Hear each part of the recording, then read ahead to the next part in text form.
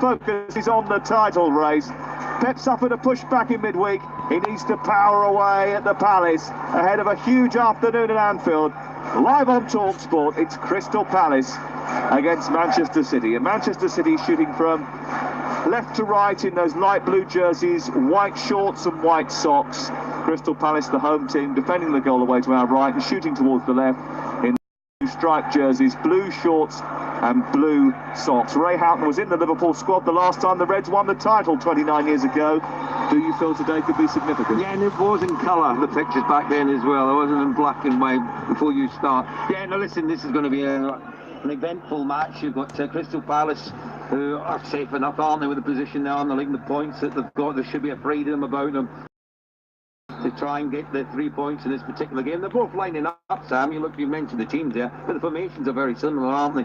You know, you look at the wide players for Crystal Palace, Townsend on the right and Zaha on the left, and you replicate that for Manchester City with Sterling and Sane. De Bruyne's got an early free kick into the box. He tries to whip it in towards David Silva. It's helped away.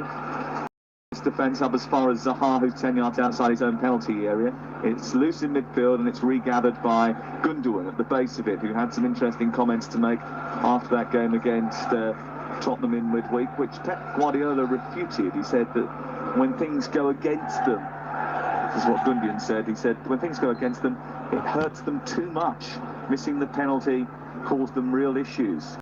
Sterling on the right-hand side for Manchester City. 0-0 the score. Walker has it on halfway, and they're just looking to build possession inside the Crystal Palace half. Palace camped on the edge of their own penalty area.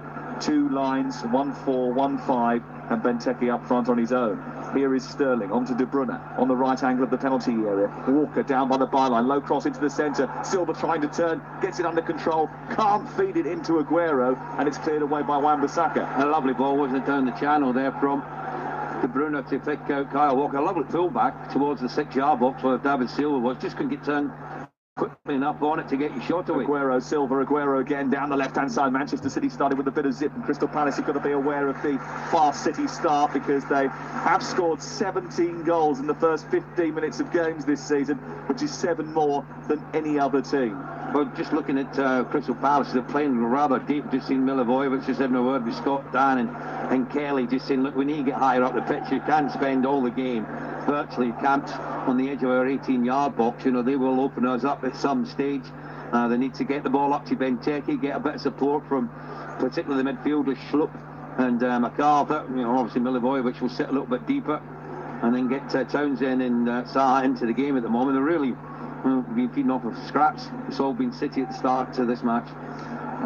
Guetta, the goal, kicked upfield and found eventually Wan-Bissaka, who's taken on Leroy Sané, and then passed the ball loose into midfield. It's picked up by Aymeric Laporte, and City have it back again. Just what you watch where Silva and De Bruyne go, they go beyond the midfielders who should be picking them up, but not quite up to, not quite up to the defenders. So then they're just looking for the little ball threaded through, so they get turned on it, then pick out the wide players or Aguero. 0-0. Here's Benjamin Mendy.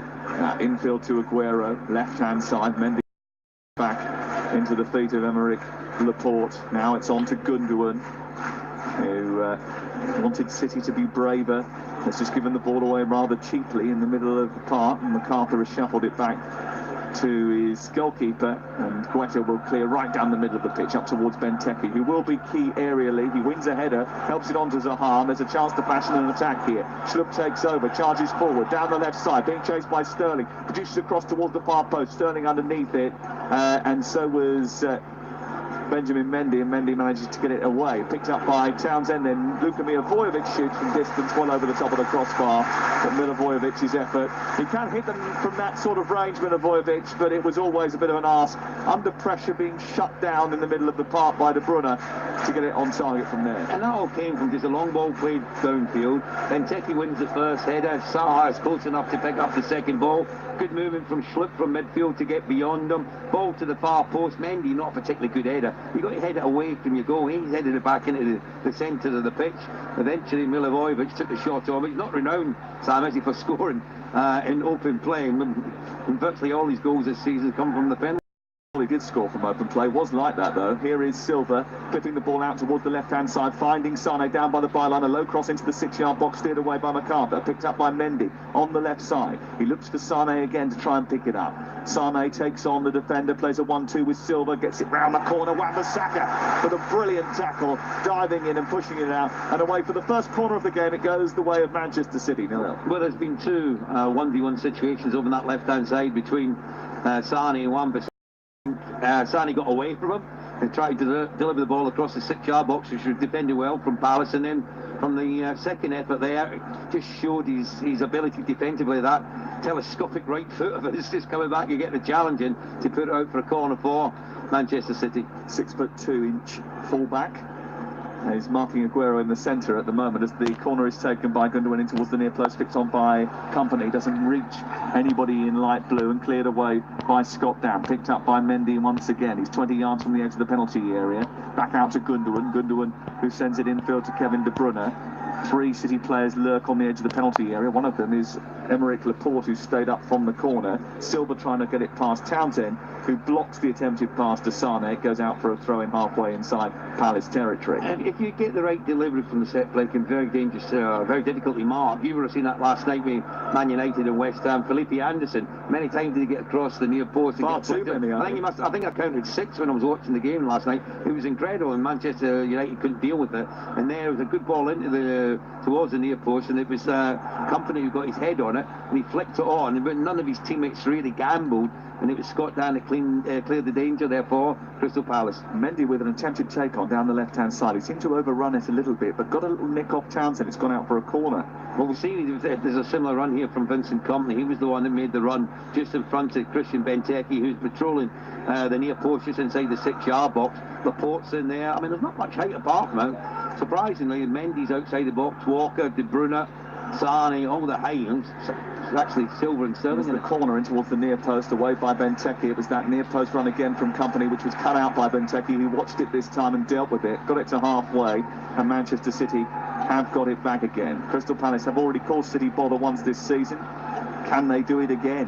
Here's Raheem Sterling. He causes a lot of people bother, trying to get down the outside of Schlupp. It's a good tackle by Schlupp, who goes underneath the ball and pushes it out for a throw-in level with the edge of the penalty area. Yeah, good recovery there. Actually, it looks like Sterling took a knock in that challenge there from Schlupp. I mean, it was actually, 1v1. He pushed it past him with the pace to get beyond him, but the recovery run there from Schlupp, and he won the ball. He's followed through, caught Raheem Sterling, and still feeling the effects of that challenge. Laporte. Mendy a couple of yards in from the touchline left side, finds Sane, pokes it back into Gundogan. The German looks up, eyes darting everywhere, sees the run of Sterling but can't execute the pass out to him, overhits it, and it goes out of play away to our far side, the right. And you mentioned earlier that Crystal Palace was sitting very deep and not getting into opposition territory. They have had one attempt in the opening 8 minutes, but that was their only real foray into City's. They had 21% possession when they beat City on December the 22nd, which is remarkable, really. It's the lowest of any winning team in the last 2 seasons. Looks like it might be the same game plan again today. Well, they were anticipated. Martin Kelly actually spoke about it, didn't he, in the build-up to the game, where he said you've got to just be patient. City's going to have more of the ball than you.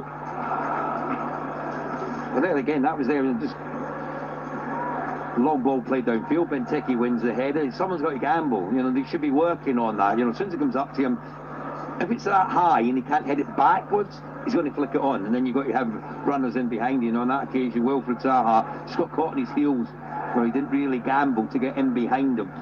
Well, they've sent 2 long balls up into the opposition half, and twice Benteke's won the header. Here is De Bruyne on the edge of the Palace area. It's away by Van Aanholt, who's had a very good season, especially goal-scoring wise. It's come back again, though, and MacArthur hasn't managed to clear it, and it's fallen to Silva. And then Sane back to Silva again, who spiraled past the defender, sets up Sterling, who's missed from 7 yards out, which almost an open goal. It was an excellent move down the left-hand side. Sane to Silva, back to Silva again from Sane. He then sent the ball through the 6-yard box, and Sterling was waiting at the far post, and somehow he shuffled it wide. Well, what an opportunity this is. That will come from Christian Benteke. Really loose touch back, try to pick out one of his teammates straight to the Manchester City player. He looks like he's just got to hit the target.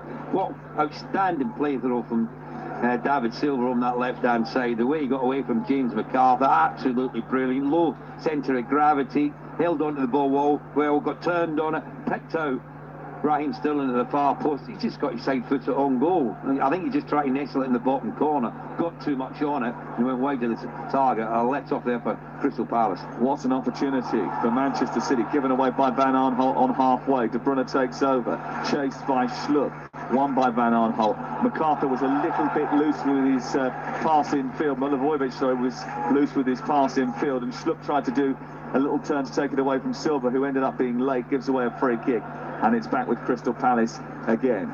Earlier on today, Lewis Hamilton took a comfortable victory in the Chinese Grand Prix. Alex Neil has agreed a new 3-year deal with Preston North End. It does affect the West Bromwich Albion job because there was a lot of speculation that he was going to become their new boss. Molinari and Tiger Woods are set to battle it out for the Masters. The Italian leading by 2 shots on 13 under par. That all starting a little bit earlier than usual because of thunderstorms scheduled in the area. And the latest in the Scottish Cup semi-final, Celtic nil, Aberdeen nil. Norwich drew 1-1 at Wigan on TalkSport 2 earlier today in the Championship.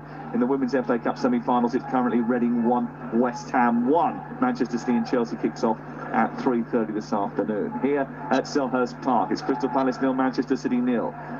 On TalkSport with Now TV. Don't forget you can watch Crystal Palace versus Manchester City live right now with a Now TV Sky Sports Day Pass for a one-off payment of $8.99. Townsend has it far side to the right for Crystal Palace, trying to scoop past Mendy, getting beyond Mendy. Was there a foul there? Townsend thought there was. He scored the torpedo which lit up that game at the Etihad. And referee Martin Atkinson says no, and play continues. Very congested in the centre midfield area, and Gundogan has come away with the ball. He's managed to unpick a Crystal Palace knock, thread it through to Sane on the edge of the area, but it took a deflection and Van Aanholt was able to clear, and it's back on halfway with Manchester City. 12 minutes gone. Okay, great passage of play for Manchester City there, Sam. The way they won the ball back, how quickly, and they get numbers around you, and Crystal Palace players force them into mistakes. Palace have been guilty of giving the ball away too easily. I've said about David Silva and De Bruyne and the positions that they're taking up, really struggling in midfield, where it be Schlupp, Milivojevic or MacArthur, you pick them up. No one's been disciplined to just stay 1v1 against them. Laporte curls the ball out towards the near touchline. Sterling wanted it, Sterling got it. Walker then shuffles across into the centre. Out comes Vicente Aguirre and comes and collects it above the head of Aguero, and it was a good take by him. And it will be cleared away for Crystal Palace team that have had just 18% possession of the ball so far. Yeah, I'm not surprised at that. They really have dominated Manchester City. That one golden opportunity for Raheem Sterling. You do get the feeling that the opening goal in this game is going to be absolutely huge. I think if City get it, they're probably going to win the game comfortably enough. And Palace are going to have to try and change the mentality around at the moment, because you're looking at Zaha. He's hardly had a kick. Benteke's had a couple of flick-ons, but in midfield they just can't get on the ball often enough.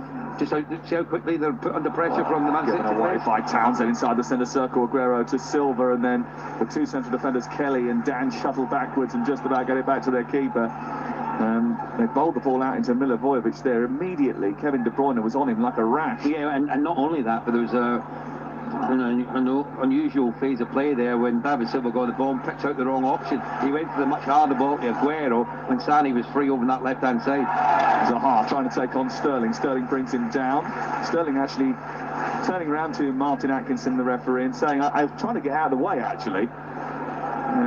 Yeah, you can't make yourself invisible, can you? I mean, he did just stop. That was the problem. And then Zaha had nowhere to go himself and just fell into Raheem Sterling. And this is a chance. Van Aanholt, his left foot, about to deliver the ball in. Dan's gone forward. Kelly's in there. Benteke. So you've got a bit of height.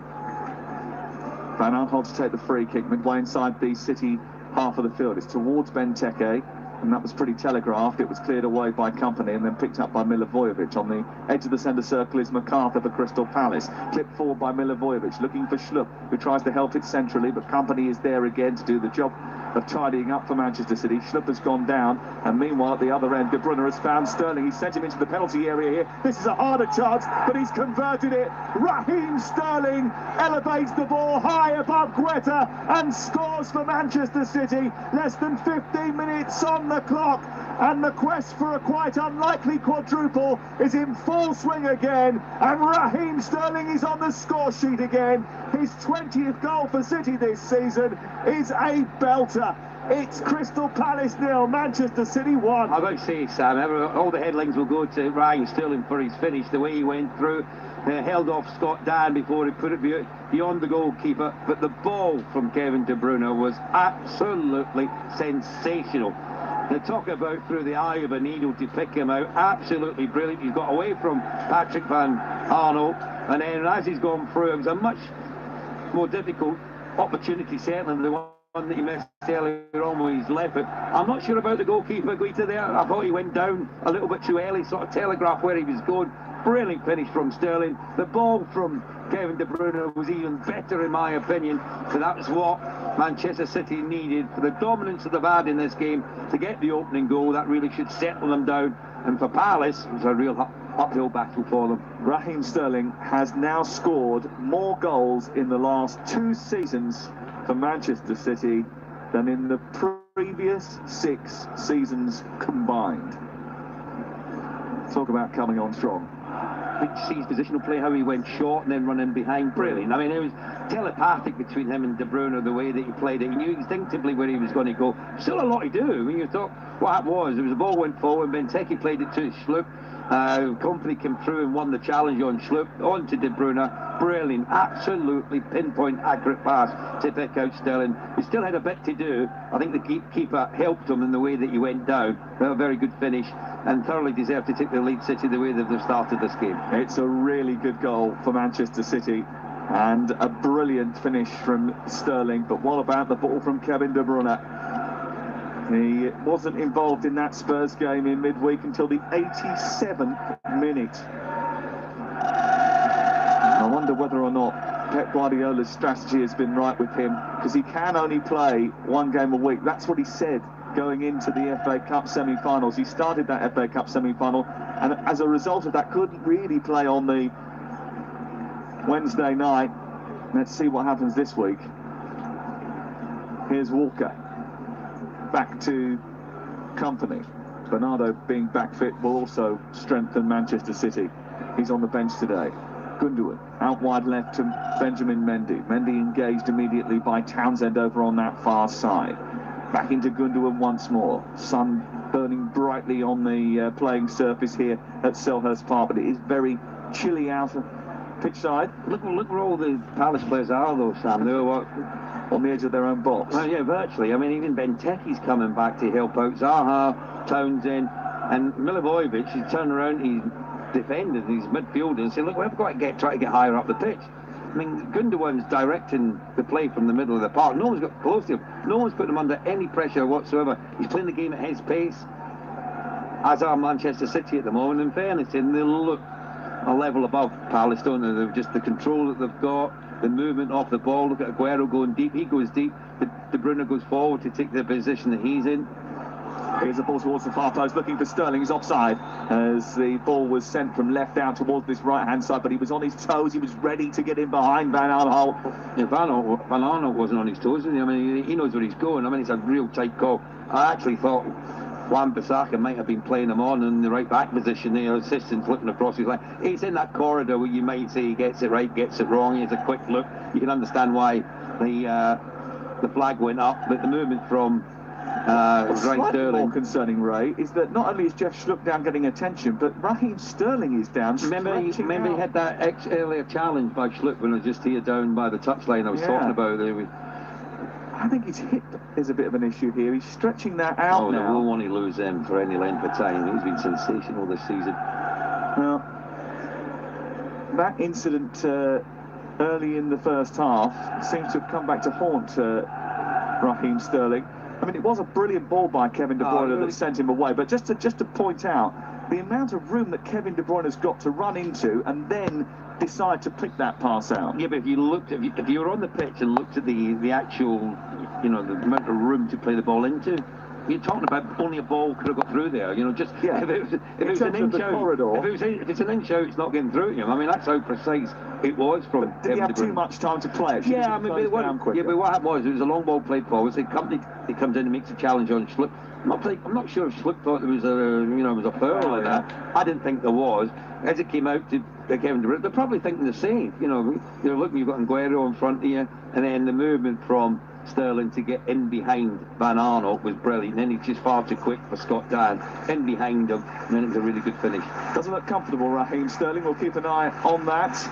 Let me give you the latest odds from Betfair. Jeff Schlupp has had to be replaced, and it looks as if they're going to have to warm up a substitute because no one is ready. But Schlupp is not going to be able to continue. So for the next few minutes at least, Manchester City are going to have a man advantage. Let me give you the latest odds from Betfair, Sunday Exclusive's official betting partner. The latest odds right now: Crystal Palace are now 45 to 1 to go on and win the match. Manchester City 20 to 1 on. The draw is 13 to 1, and full terms and conditions are available at betfair.com. 18+. Please gamble aware. And if you're wondering why those odds are so high in Manchester City's favour, it is because for the 18th time this season they've scored in the first 15 minutes of a game. They lead Crystal Palace by 1-0, and it's come from Raheem Sterling, who is back on the pitch after getting some treatment, and we're still waiting for confirmation of the substitution that is going to take place for Crystal Palace, who are about to make a change here. And they're all gathering in front of the technical area and the bench, just making a decision as to who is going to come on. Kevin Hitchcock just giving, I think it's Kouyaté, final instructions there as the ball goes into the box at the other end, and Dan heads the ball forward. It drops to Benteke, trying to juggle with it inside the area, tries to shuffle it back towards Milivojevic, can't get there. Walker comes across and manages to clear for City.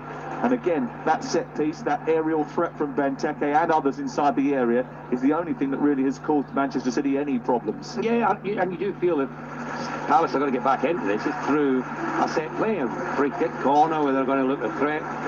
Talks about City, there's not much height in the team.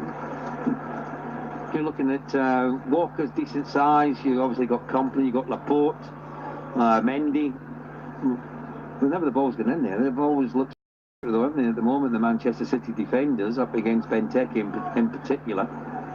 Kouyaté has now come on to replace Jeff Schlupp. The first substitution after 22 minutes, the disruption to Roy Hodgson's plans, not one that I'm sure he would welcome. It is the first change of the game. 1-0 Manchester City lead, the team that won the Premier League title last season, looking to win it back to this campaign.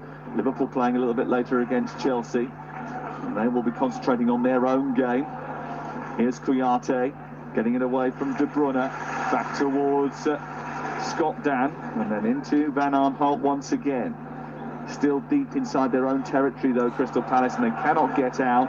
And Van Aanholt has poked the ball down the left-hand side, but there was no room for him to do so. It goes straight out and away for a Manchester City throw. They just can't keep it long enough, the Palace players, can they? Van Aanholt just apologising to Zaha. He thought Zaha was going to come a little bit closer to him, just to retain possession of the ball. Actually, Zaha made a run in behind Walker. Here's Sane skating down the left for Pep Guardiola's team. He did say that his team was so timid on the midweek excursion to Tottenham because they hadn't had as much rest as Maurizio Pochettino's team, 2 days to their 6. And they've played 24 hours after Spurs again. Here's Silva from De Bruyne's pass, a low ball into the 6-yard box. Dan is there to feather it away out towards the corner flag. It goes out for a throw-in. It was a lovely delivery by David Silva. No one there to capitalise. I thought Aguero, you know, he didn't make a real offer, did he, to try and get across the defender there. Sort of caught on his heels at the back post, and Scott Dan was in a position to clear it. But Silva's always threatening, isn't he? The positions that he takes up, he sees things quicker than most players. Here's a ball into the box again by David Silva again. Aguero not getting in front of Dan. Dan manages to clear it, but it's not too far away from danger when it comes back to David Silva, who loops it towards goal. Wan-Bissaka is there to head it away. Gundogan fighting for it, falls to Kouyaté, and now Crystal Palace can try and counter-attack. They send Zaha over the halfway line. Walker trying to hold him up, does that. Raheem Sterling comes back and nabs it, and Manchester City very quickly turn it over. Yeah, do you see there with Wilfried Zaha? Obviously he's a threat, but once he loses the ball, so your reaction to win it back, you know, you get so despondent so quickly. And there's no doubt he's got real ability to match winner. But the thing you question about him is consistency, game to game. You know, even in a match like this, you've got to show your quality. You know, he's meant to be the player there's lots of clubs looking at. I mean, when the evidence is what you've seen so far, you've been on the periphery. Still 0-0 in Scotland between Celtic and Aberdeen. Here is Silva out towards the right-hand side, where He finds Sterling deep inside Palace territory. Palace sitting on their heels here, trying to clear the ball. Dan does that, gets it to halfway, and then De Bruyne, in knowing entirely what he was doing. I tell you, he misplaced that. He was looking at Laporte, and it came off the inside of his foot, not the outside of his foot. He was trying to just bend the ball back over to the left-sided centre half. Who keeps looking on this diagonal, Sam. Laporte's ball he's looking for is the diagonal out to Sterling over this right-hand side. Sane on to Mendy, down the left touchline now, tackled by Wan-Bissaka again, who slides in, pokes the ball out of play, over on the far side and away for a throw. I was at Manchester United yesterday, and I think West Ham played very well, but Declan Rice was absolutely superb in that match, and I thought, he's probably, there's a few inside Old Trafford that were looking at him and thinking, wow, we'd have a bit of that if we could. Yeah, and I'm sure that in the opening few minutes here, the City fans are looking at Wan-Bissaka and thinking, we'll have a bit of that. Here is Sane into the box, away by Van Aanholt, up towards halfway, and then Walker guides it all the way back to Kompany. Defensively, I would agree with Wan-Bissaka, but with Manchester City, you've got to be as good on the ball as a winger, and that's something that I think he's going to have to improve upon. There's no doubt he's young enough to do that. Here is Mendy. Again, Crystal Palace being penned in by Manchester City, have just dominated the ball and just shut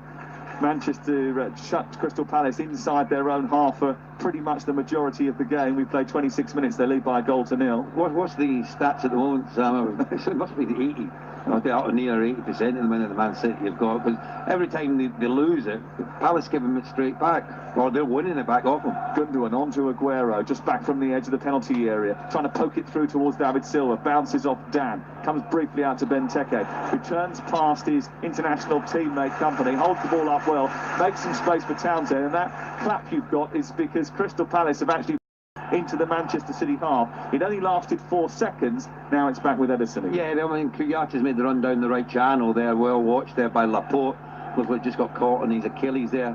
I think there was no intent there, but certainly did catch him. The assistant spotted the flag straight away to give Manchester City the free kick. Laporte's not moving too freely over that left-hand side of him. Just can't keep it long enough, though, can they? No. Townsend, it's a straight ball down the left. Actually favoured Laporte, who had read it well, to come across and make the intervention ahead of Kouyate. It's that stage of the season where limbs do start to get sore, knocks do take their toll. Wan-Bissaka's header away only falls to David Silva. Aguero gets it on the edge of the area, turns and shoots, and he fires it well wide of goal. It goes out of play and away for a goal kick away to our right.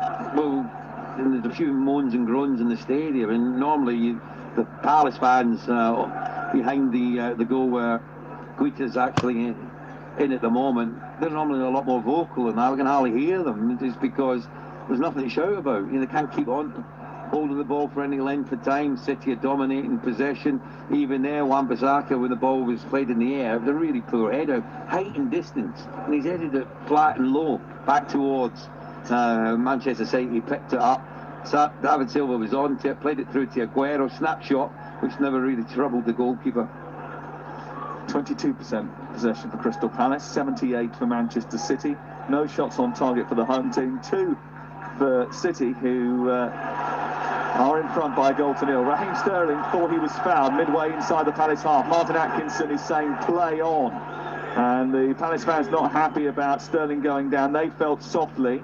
He felt that he should have heard the whistle there. Here's Sane down the left-hand side, trying to skate back infield. He needs support. Gundogan provides it. Pops it back off to Laporte midway inside Palace territory. Looks up, sends the ball to Aguero, onto Silva. Silva back to De Bruyne, who's going to shoot here. Blocked by Dan, who turned his back and repelled the ball, and then Townsend runs into trouble, gives the ball away. Aguero's got it, now Sane's got it left hand side. Townsend's nipped in before it goes back to Mendy, and he's now racing away down the right touchline and trying to get the ball clear, and a bit of brief respite for Crystal Palace, who couldn't escape because Gundogan held up Townsend. It's going to be a free kick. Yeah, I think actually Mendy came back as well there, Sam.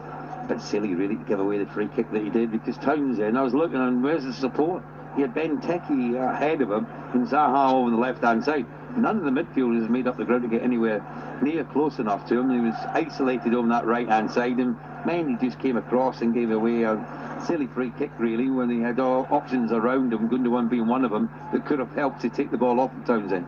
Ball sent up towards the edge of the penalty area from the free kick, but it's Kompany who gets first contact. It comes out to Zaha left-hand side, infield to Milivojevic, and then across to MacArthur. MacArthur to Kelly. Kelly clips the ball high into the air and looks for Zaha, who takes it out of the sky well in the left wing position. Comes infield onto his right foot. He's travelling perpendicular to the penalty area before releasing Wan-Bissaka, who's now on the right side running at Sane. Infield to MacArthur, and then Milivojevic chips it over towards Benteke, who sends it back towards Kouyaté. It's taken off his toes by Gundogan before it breaks to the left. Then Van Aanholt onto Zaha, trying to tease his way past one defender, gets past Company, then tries to take on Sterling, who's back there helping out. A low ball in towards the near post, which is saved down low by the goalkeeper Ederson, and it's cleared away by Manchester City. But a brief foray into the 18-yard box at the other end of the pitch by Crystal Palace. A great defending from Gundogan, though, wasn't it? I mean, that just shows you the job that he has to do in front of that back four coming in to help out the two centre halves. So the ball was played across the 6-yard box. Also, what was evident there in that general play there, when Sarr picked the ball up, Sterling actually pulled out of a challenge. I mean, he should have went in and tried to win the ball, but he's so worried. He's not right, is he? No, but he was so worried about giving. They're not going to challenge in the box. They allowed Sarr to get away from him, evaded him, got his shot in, never really troubled Ederson at the near post. No power in the strike there from Wilfried Zaha. Look at the way he's moving. He doesn't look. No, he looks like he's actually carrying an injury at the moment, isn't he? I'm sure he'll be assessed at half-time. Walker for Manchester City sends it forward out towards the left-hand side. Sane trying to go round past Townsend, goes past him, goes past Wan-Bissaka, shoots towards the near corner. A big right hand comes up from Vicente Guetta and turns it round the post. Good save that. He wouldn't be expected to be beaten at his near post there, the goalkeeper, but it was such a dazzling run from Sane and such a venomous shot, it ended up being a terrific save. He must have went past 4 Crystal Palace players there, didn't he? Just a swivel of his hips, and then that genuine pace to burst past the opposition, got his strike, looked like it was on target. Keeper had to make the save out of the near post. Another opportunity from this set play, which Gundogan's going to take. It's a corner, which is whipped in towards the near post. Rising to head it away was Benteke ahead of Laporte, who was coming in just behind him. Sane then retrieves it for Manchester City, who lead by a goal to nil. Elsewhere, Reading's Farrell Williams has just missed a penalty in extra time in the FA Cup semi-final. Reading 1, West Ham 1 in the Women's FA Cup semi-final. Later on, City take on Chelsea in the same competition. Again, Crystal Palace won the ball on the edge of their own penalty area and very quickly gave it away. De Bruyne picks it up, clips it forward. On the left is Sane, in far too much space. Can he bring it down? Well, he can, but he ran out of room and just travelled over the white line, and it's out for a goal kick away to our right-hand side. I wonder what Roy Hodgson is thinking. Well, at the moment, he's contemplating the fact that his team's only had, 22% possession of the ball. They've had a couple of attempts. Milivojevic shot earlier on well over the crossbar, and then a tame effort, wasn't it, from Zaha at the near post, which was saved by Ederson. He probably anticipated the way the game was going to go as far as Manchester City having as much possession as they've had. The one downside for City at the moment is Aguero. I've been watching his moving. He's not been moving across the pitch freely. Normally he's devastating in that area of the field. I think he's been caught in his heels. There was another little opportunity on the edge of the box where the 1-2 came into him, and then he was flat-footed. He's not moving sharp. I'm just wondering just how fit he is, and not playing consistently recently, Sam, is he? He's been suffering with a bit of an injury, hasn't he? Yeah, Jesus has been in and out, and there's been changes to that centre-forward position. Well, he has managed 29 goals this campaign. Just playing the ball off to Silva and trying to get it back again, but again, he wasn't sharp enough in his movement. See that touch there from him? That's unlike him. You know, normally he's so assured. I mean, that was an easy ball under no pressure. He showed up well. Walker's played the ball in. You know, it's just a simple layoff to David Silva. Look at Ray Lewington in the technical area saying to his goalkeeper, look, we need to get higher up the pitch. We can't keep defending our own half. Well, while it's only 1-0, there's still a very good chance that Crystal Palace can cause some damage to Manchester City's prospects here. Kouyaté has won it in midfield. On the left-hand side is Zaha, taking on Walker, trying to go on the outside. Does just that. Gets towards the byline, gets bumped by Walker, but still maintains possession. Turns it back towards Kouyaté, who can whip this ball into the box now. Decide not to do that. And Milivojevic does. Sends it, well, in between both the on-rushing Benteke was down the middle of the pitch and Wan-Bissaka down the right. It was betwixt and between, and nothing ended up coming from it. It was a poor ball in the end by Milivojevic, and that was a bit of a waste, really. Yeah, it was, yeah. I mean, he had options there, didn't he? There was no real need to play the ball that he did. I mean, the one that you should really be going for is to Wan-Bissaka over the right-hand side, just retaining possession of the ball. He's went for the more difficult one, and it's just bisected the two players. I was a bit surprised that Kouyaté didn't swing it into the box when... Yeah, he probably should have done. I mean, that's what they should be doing. You know, get the ball in. Benteke, who's won his headers, you know, when the ball's been played up to him, he's been on to him. Walker down the right, threw himself into the air. Oh, I mean, that's a foul, I'm sorry. After being bumped by Van Arnholt, who was underneath the ball. And the Crystal Palace fans think that was a dive from Walker. Oh, I'm going to be honest with you, I thought it was a free kick. Which Van Arnholt, you had to look at him, then watch him just run into him, he just barged into him.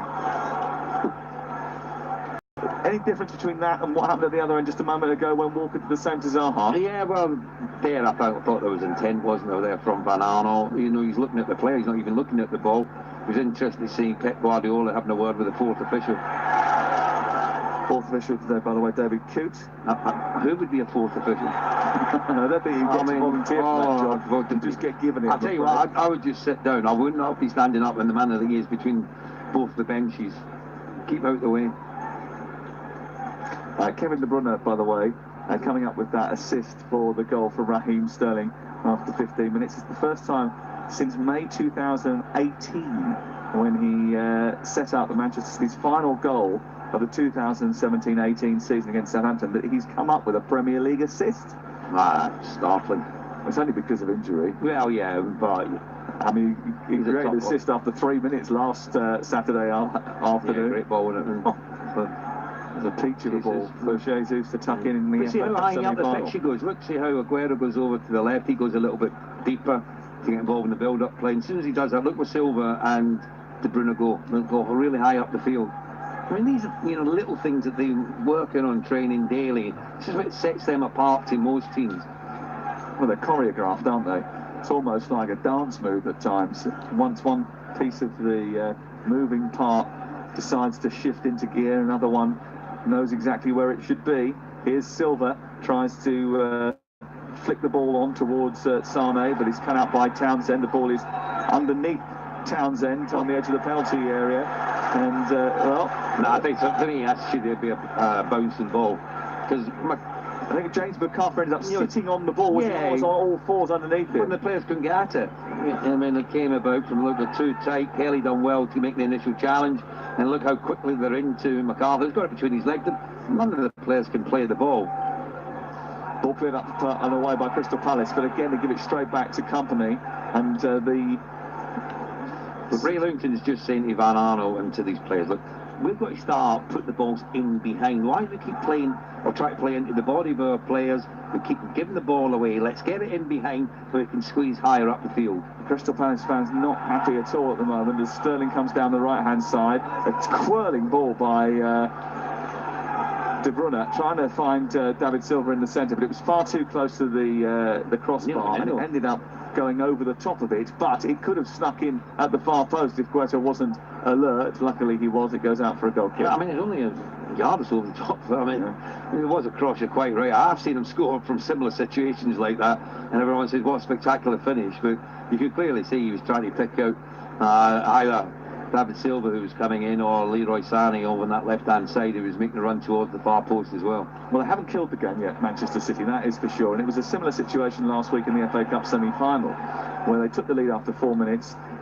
Brighton seemed to be incapable of troubling them at the other end. They were very sort of regressive throughout the game, trying to sort of protect their goal even when they knew that they needed to score in order to stay in the competition. Here's Kouyaté, though, trying to find Benteke, who has fallen over. And they had a great chance to attack their Crystal Palace, and Benteke just lost his footing. And now Manchester City is steaming forward at the other end. De Bruyne has tried to pick up Aguero. Aguero slowed as that ball went into the box. Ball. I think that is a fantastic ball. Precise enough on the end of that. And for me, that's pretty... I mean, Aguero can complain all he wants.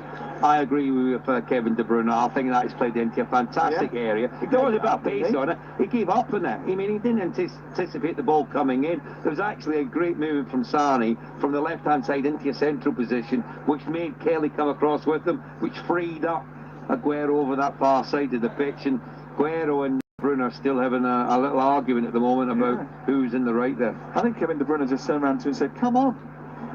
Well, I did say to you a bit early, he looks a little bit off his game, Aguero. He doesn't look as sharp 5 minutes to go before half-time. You're listening to Talk Sport. It is Crystal Palace 0, Manchester City 1. The goal coming from Raheem Sterling after a lovely ball from Kevin De Bruyne. Ball has been played out by Mendy towards the Manchester City left, retrieved by Sane trying to take on Townsend. Good work by Townsend to rob him of possession. He then plays it against Mendy, who used his hands to stop it from going upfield. The referee has given a throw-in over on the far side and said that wasn't deliberate handball. No, he's got to give a free kick, I think. He's pushing him back.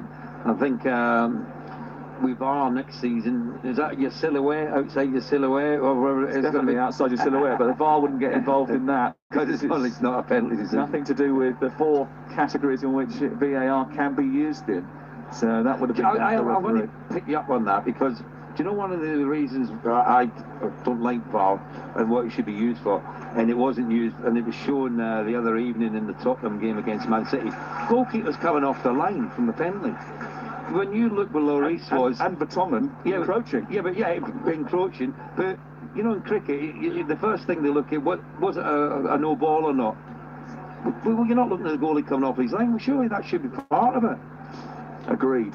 Silva down the left-hand side, clips the ball in to Sane. Sane's delivery towards the back post is headed behind by Van Aanholt, who completely lost there. His coordinates were all off, and he almost headed it back towards his own goal, and it goes out for a corner. I'm not sure he knew exactly what he was doing there. I thought he was caught in a couple of minds there.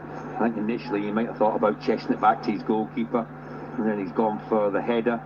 I think his eyes came off the top of his head, didn't it? Got a bit of height on it and took over the top of the crossbar. But this is an opportunity. And it's actually De Bruyne's going to take it from this right-hand side. Gundogan's the one who's been taking it the majority of the time over on that left-hand side. De Bruyne with the corner kick, an outswinger towards Laporte, who wins the free header but can't direct it to a City shirt. Townsend half clear. Silva's picked it up. He swirls it towards the far post. Sane will pick it up left side of the area. He's got Wan-Bissaka for company. Back to Mendy. Mendy to Sane once again. Wan-Bissaka is out there once more, trying to shut him down. Goes all the way back to Mendy. He's only playing his second game since January the 23rd.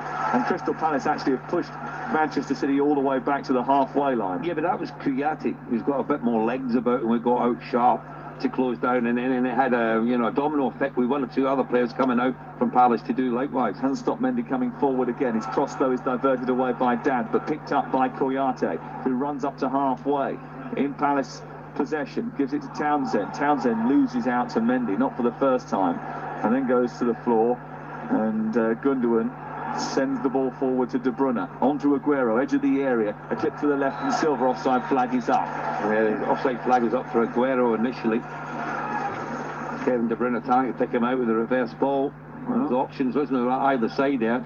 He had Sterling, who made a good run down the right channel here. He could have played it into that area of the field, and it's a real tight decision, isn't it? Well, Palace have been so good away from home, but despite the noise, as you mentioned earlier, that usually accompanies them here, in this tightly packed arena with their ultras and their big red and blue flag away to our right-hand side, they have the 3rd worst home record in the Premier League. And scoring goals has been a massive issue for Roy Hodgson's team. Only Huddersfield have scored fewer home goals in all 4 English divisions than Crystal Palace. It's a paltry 13. Well, that's incredible, really. If you look at previous seasons, this has always been a place where Palace have done so well with the home support behind them. And again, you can hear the frustration of the Palace fans at the moment, because they're just giving the ball away. It's City that's winning all the second balls at the moment. Milivojevic, though, has been poked through by Townsend, who's gone down off the ball.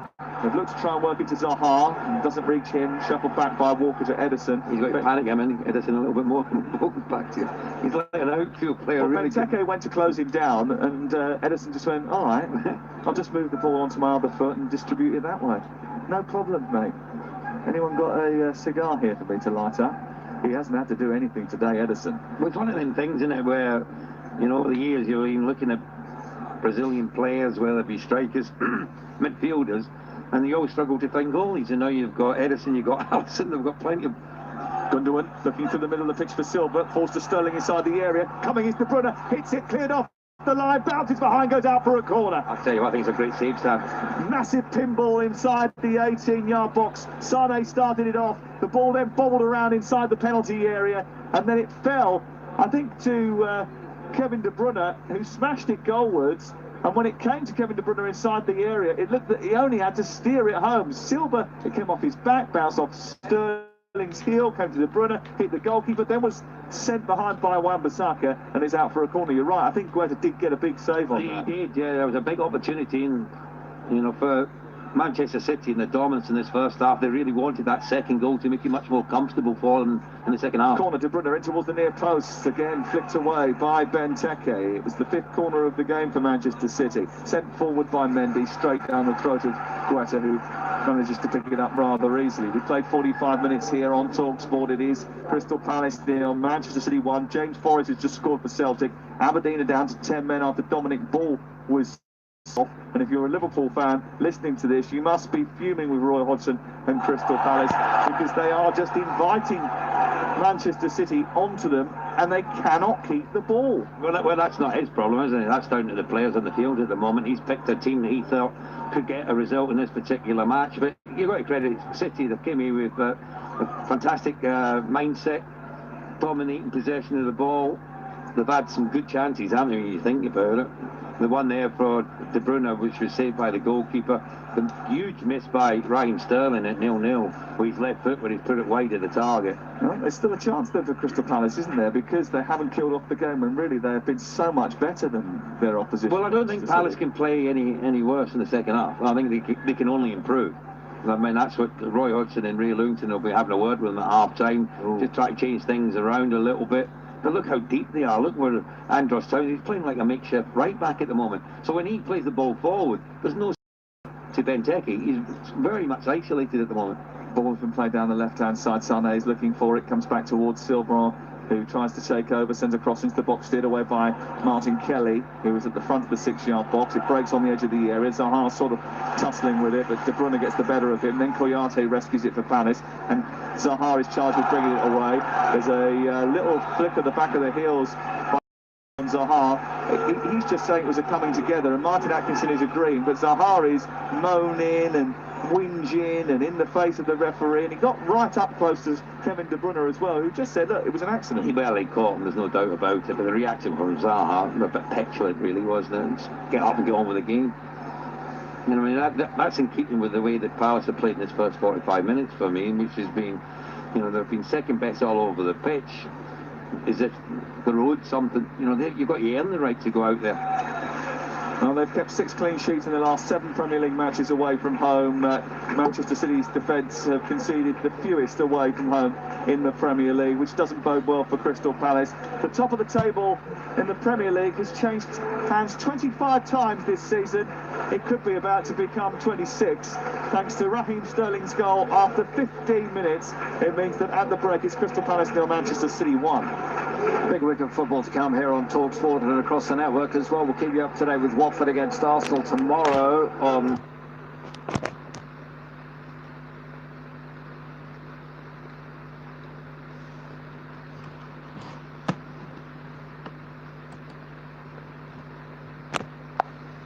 Well, Benteke might come out and have a great...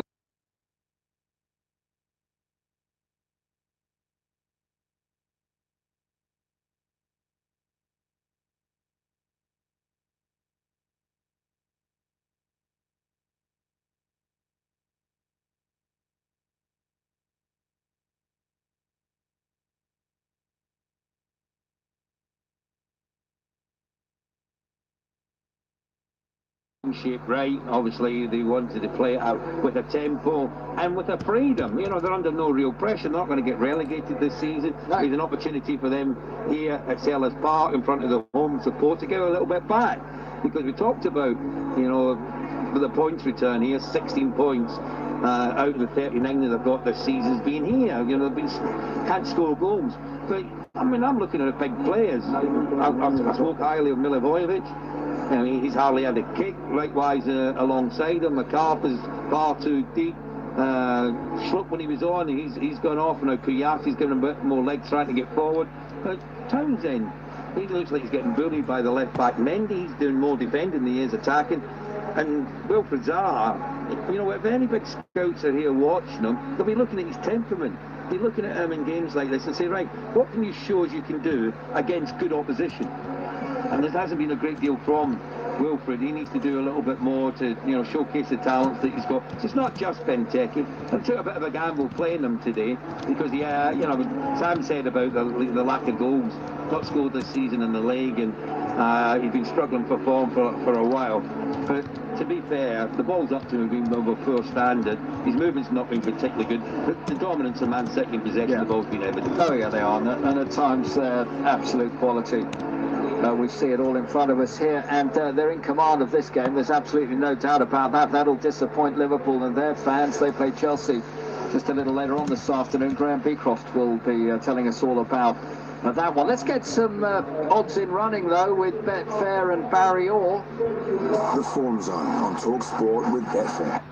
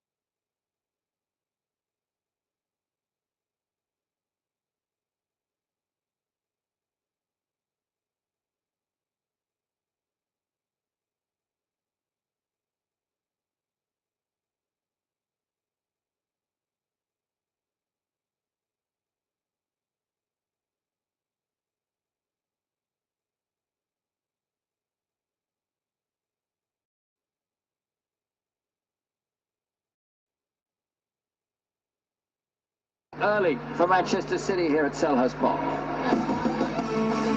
Sane back to Silva again, who spiraled past the defender, sets up Sterling, who's missed from 7 yards out.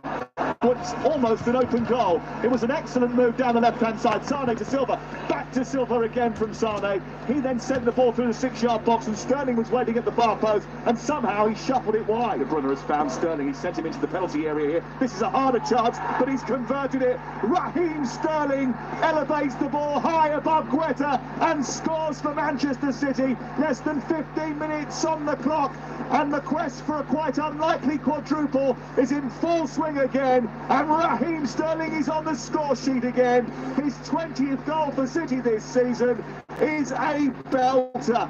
It's Crystal Palace 0, Manchester City 1. Sane trying to go round past Townsend, goes past him, goes past Wan-Bissaka, shoots towards the near corner. A big right hand comes up from Vicente Guetta and turns it round the post. Good save that. The top of the table in the Premier League has changed hands 25 times this season. It could be about to become 26 thanks to Raheem Sterling's goal after 15 minutes. It means that at the break it's Crystal Palace 0, Manchester City 1. Sunday exclusive on Talk Sport with Jack.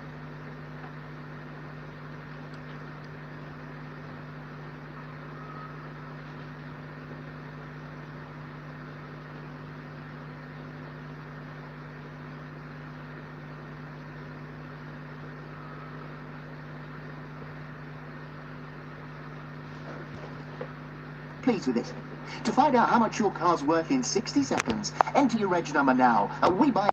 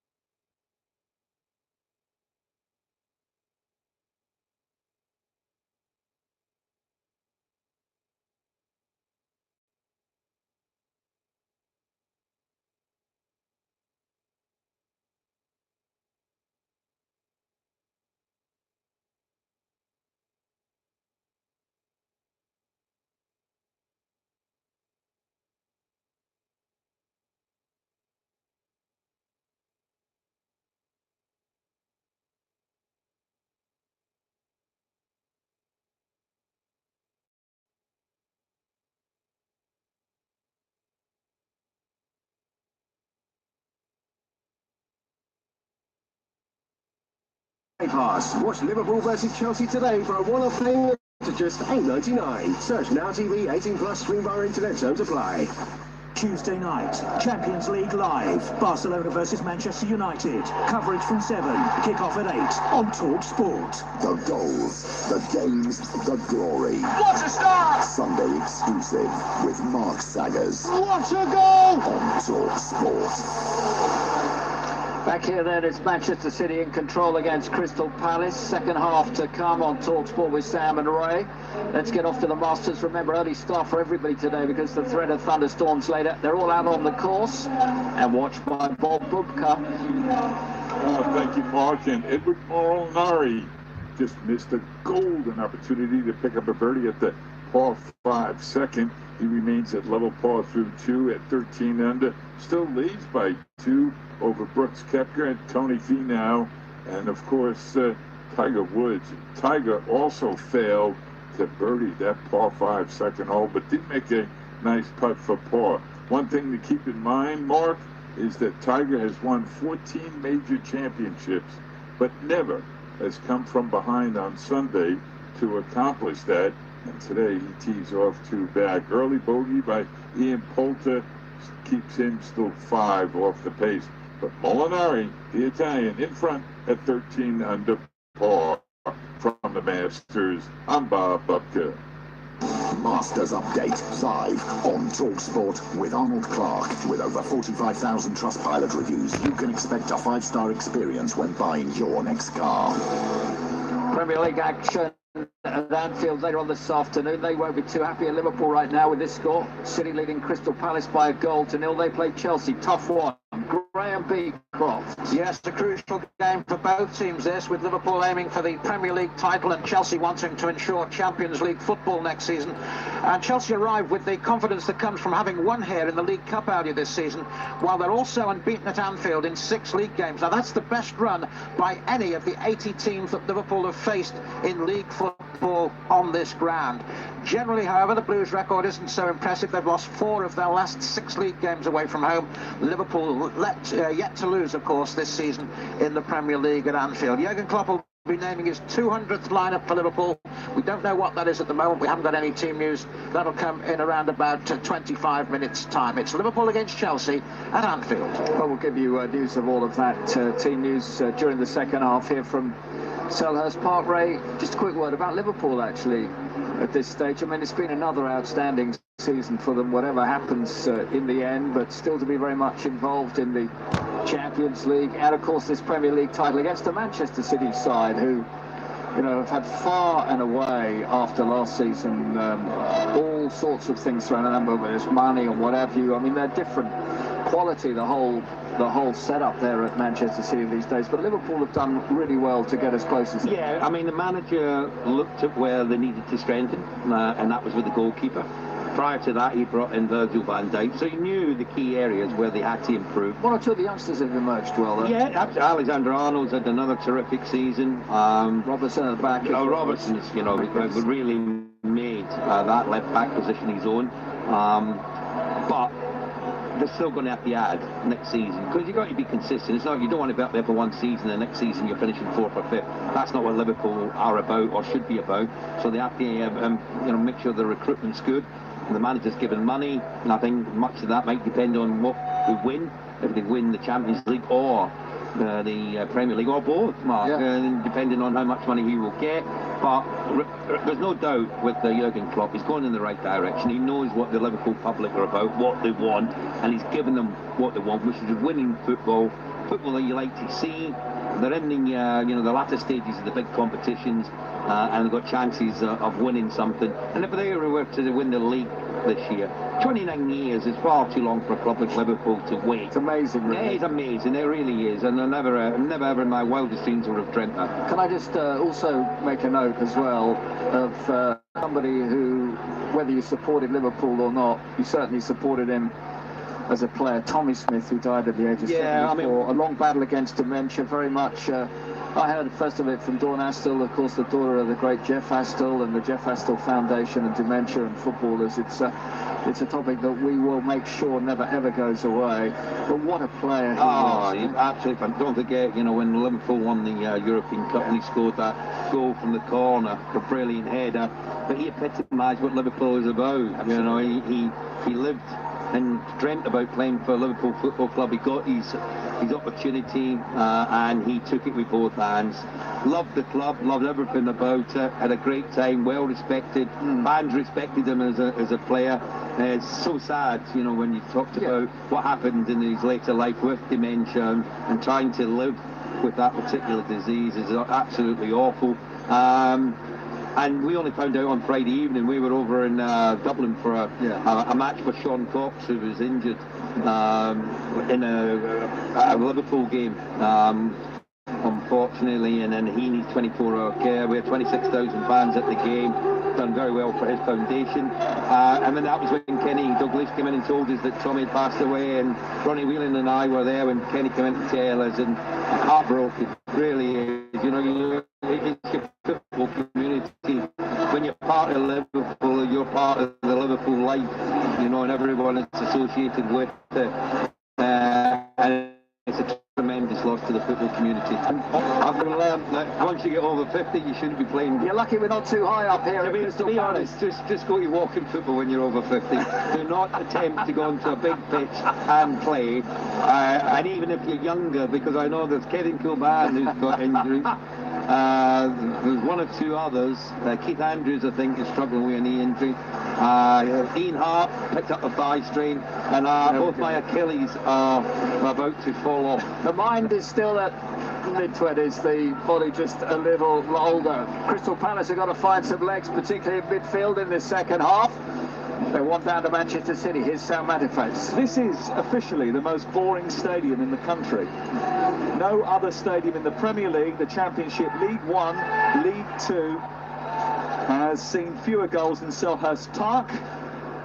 30 before today, 31 now, and Palace didn't score a goal from open play here until December the 1st, so they aren't the most prolific.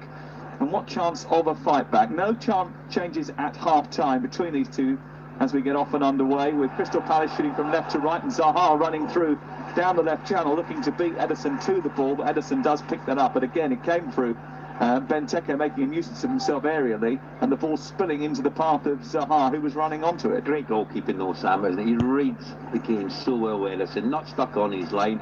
He's over to that right hand side, waiting for the ball that was played over the top.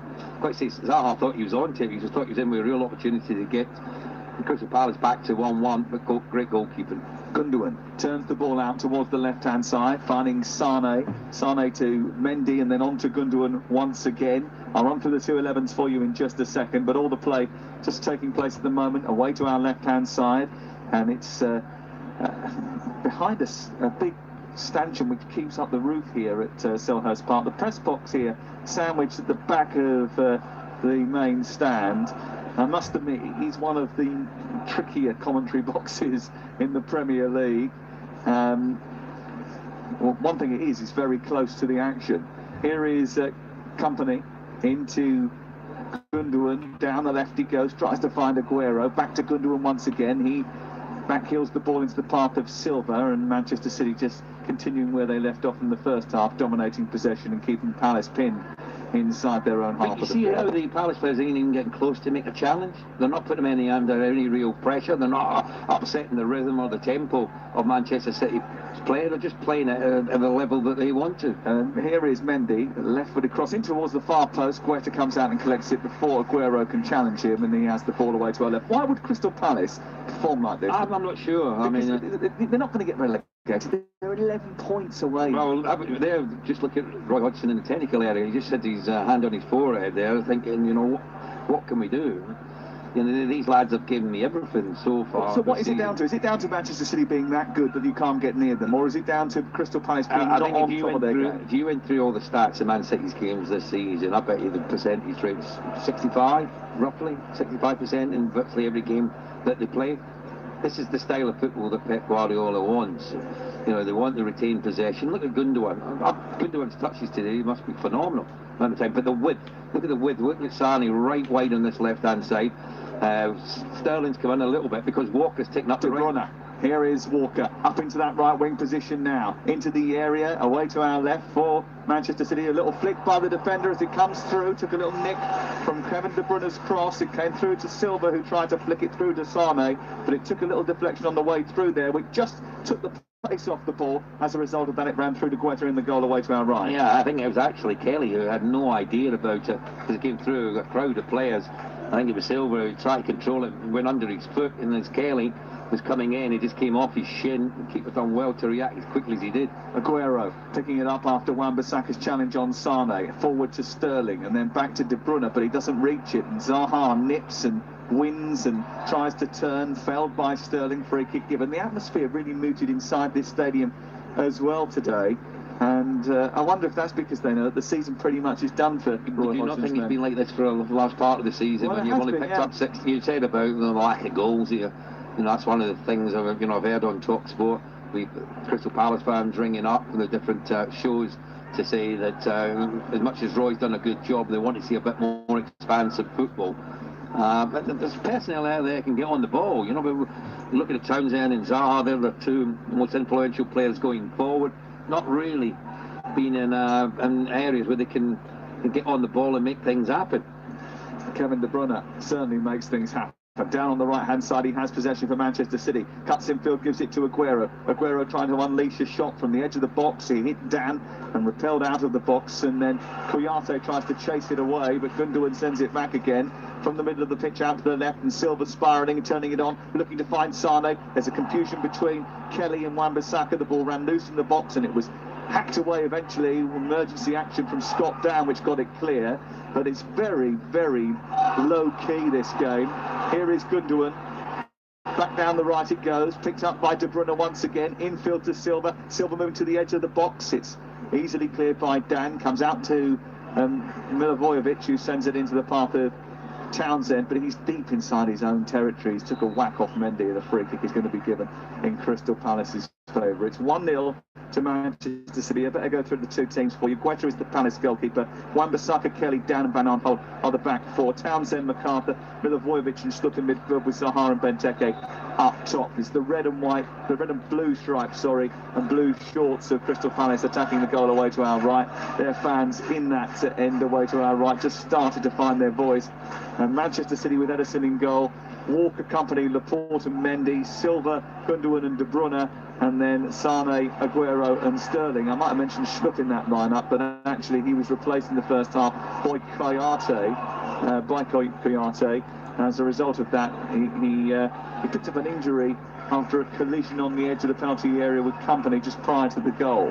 Here is Wan-Bissaka down the right side for Crystal Palace. Infield to Andros Townsend, who tries to go outside Sane, gets it back onto his left foot, produces a cross into the box, misfielded by Laporte, comes through to Zaha, he's inside the area, getting it onto his right foot, then back out to his left, looking for McArthur, and intervening to clear it away with Company, but still Crystal Palace have managed to keep Manchester City locked in just for a moment inside their own half, but the ball has then been spilt by McArthur, and that's just elevated the noise levels inside the It's amazing, Sam, isn't it? Just from a general bit of play there, where they kept possession of the ball, looked half the threat over that left-hand side. I thought Zaha, with his left foot, could have done a little bit better with the final ball in. Didn't really look like it was in control as he tried to deliver the ball into the box. All of a sudden, you get the home support behind you, and a couple of mistakes from the Manchester City players. Well, Manchester City, they just about got over the line against Brighton. They didn't manage to get over the line against Tottenham in midweek, and it's only 1-0 here. And you just wonder whether or not, if Crystal Palace do manage to up their game, Ray, that they might well end up causing more problems for City. It certainly looks like City need a second, don't they, just to feel a little bit more comfortable. Sterling might be able to fashion that now as he runs towards the edge of the area. His shot is blocked and goes into the air, comes back to Gundogan, who shifts it left. On the edge of the area is Sane. He strikes, blocked by Wan-Bissaka, trying to pick up the pieces with Silva, but across came Martin Kelly and snaffled the ball out towards the near side and away for a throw in which Mendy will take. 1-0 Manchester City lead here, courtesy of a 15th-minute goal from Raheem Sterling, scoring after he missed a really easy chance on 10 minutes. Here is Sane down the left, played in by Silva, gets to the byline, and Kelly went down very early and has gone sliding behind the goal, and he is clutching something there. I don't know whether the ball went into his midriff, and that's the reason that he is clutching his unmentionables, which he is. He is, absolutely, but he's okay.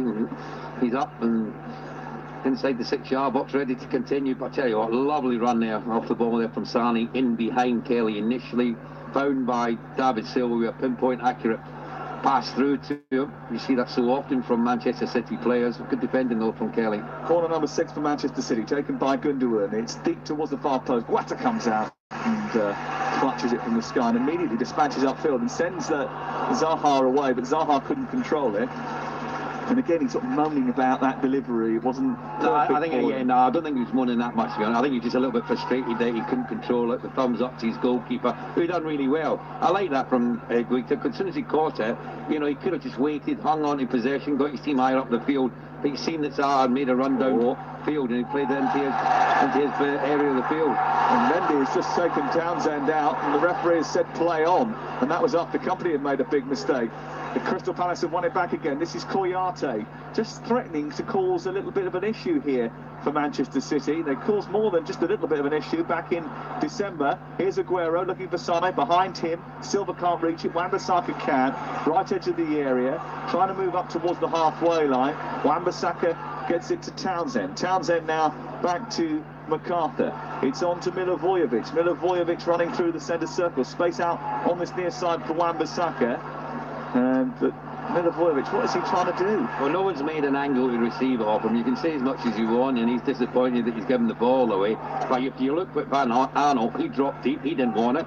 Zaha went and got marked by Walker, he didn't want it.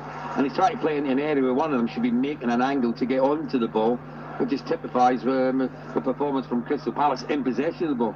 Zaha was complaining about Milivojevic's delivery, but Milivojevic quickly bits back. 10 minutes gone in the second half. You're listening to TalkSport, and it is Crystal Palace 0, Manchester City 1. Gundogan onto De Bruyne.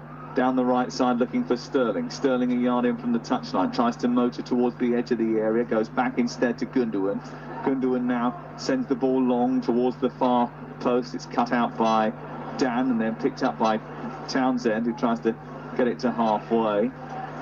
I would think Guardiola might be looking to make the change with Jesus creativity or pace or something. Jesus for Aguero. Aguero's not in his game today at all. I'm a huge fan of his, but he just looked not as sharp as today. Worry with the big Champions League game coming a little bit later in the week. Wednesday night, we'll keep you across that on TalkSport. Here is Silva moving into the area, tucks it back to the edge of the area. De Bruyne tries to shoot, it's cleared away by Dan, picked up by Kouyate, and then it's fallen to Wilfried Zaha, who's trying to snaffle it up and keep hold of possession. He's gone down, wanting a free kick, isn't going to get one. He gives a glare to Martin Atkinson. He complains all the time, doesn't he? Every time, you know, if he goes to ground, he expects to get the free kick. Just De Bruyne was just too sharp. Going there ahead of him, won the ball. It's just this is very similar to the first half, where there's dominance in possession of the ball from Manchester City. Being patient in possession of the ball, waiting for an opening, keeping the width. They've got to hit this diagonal a little bit more, because certainly look what Ryan Sterling he's got his boots right on that far touchline, likewise over this left-hand side. Sane trying to scoop between two defenders, Townsend and Wan-Bissaka, but loses the ball. MacArthur clears it from the right full-back position. Chested down by Benteke, holds on to it, tries to take on Laporte, beats him, gets to halfway, surrounded by three shirts, needed support, didn't have any support, but did well enough to fight them off in the first place, and the ball's back with Manchester City. Yeah, but you can't allow him to try and do it all on his own there. You need support, you're quite right. You know, where's Townsend? And he looks like he's picked up an injury for his troubles there.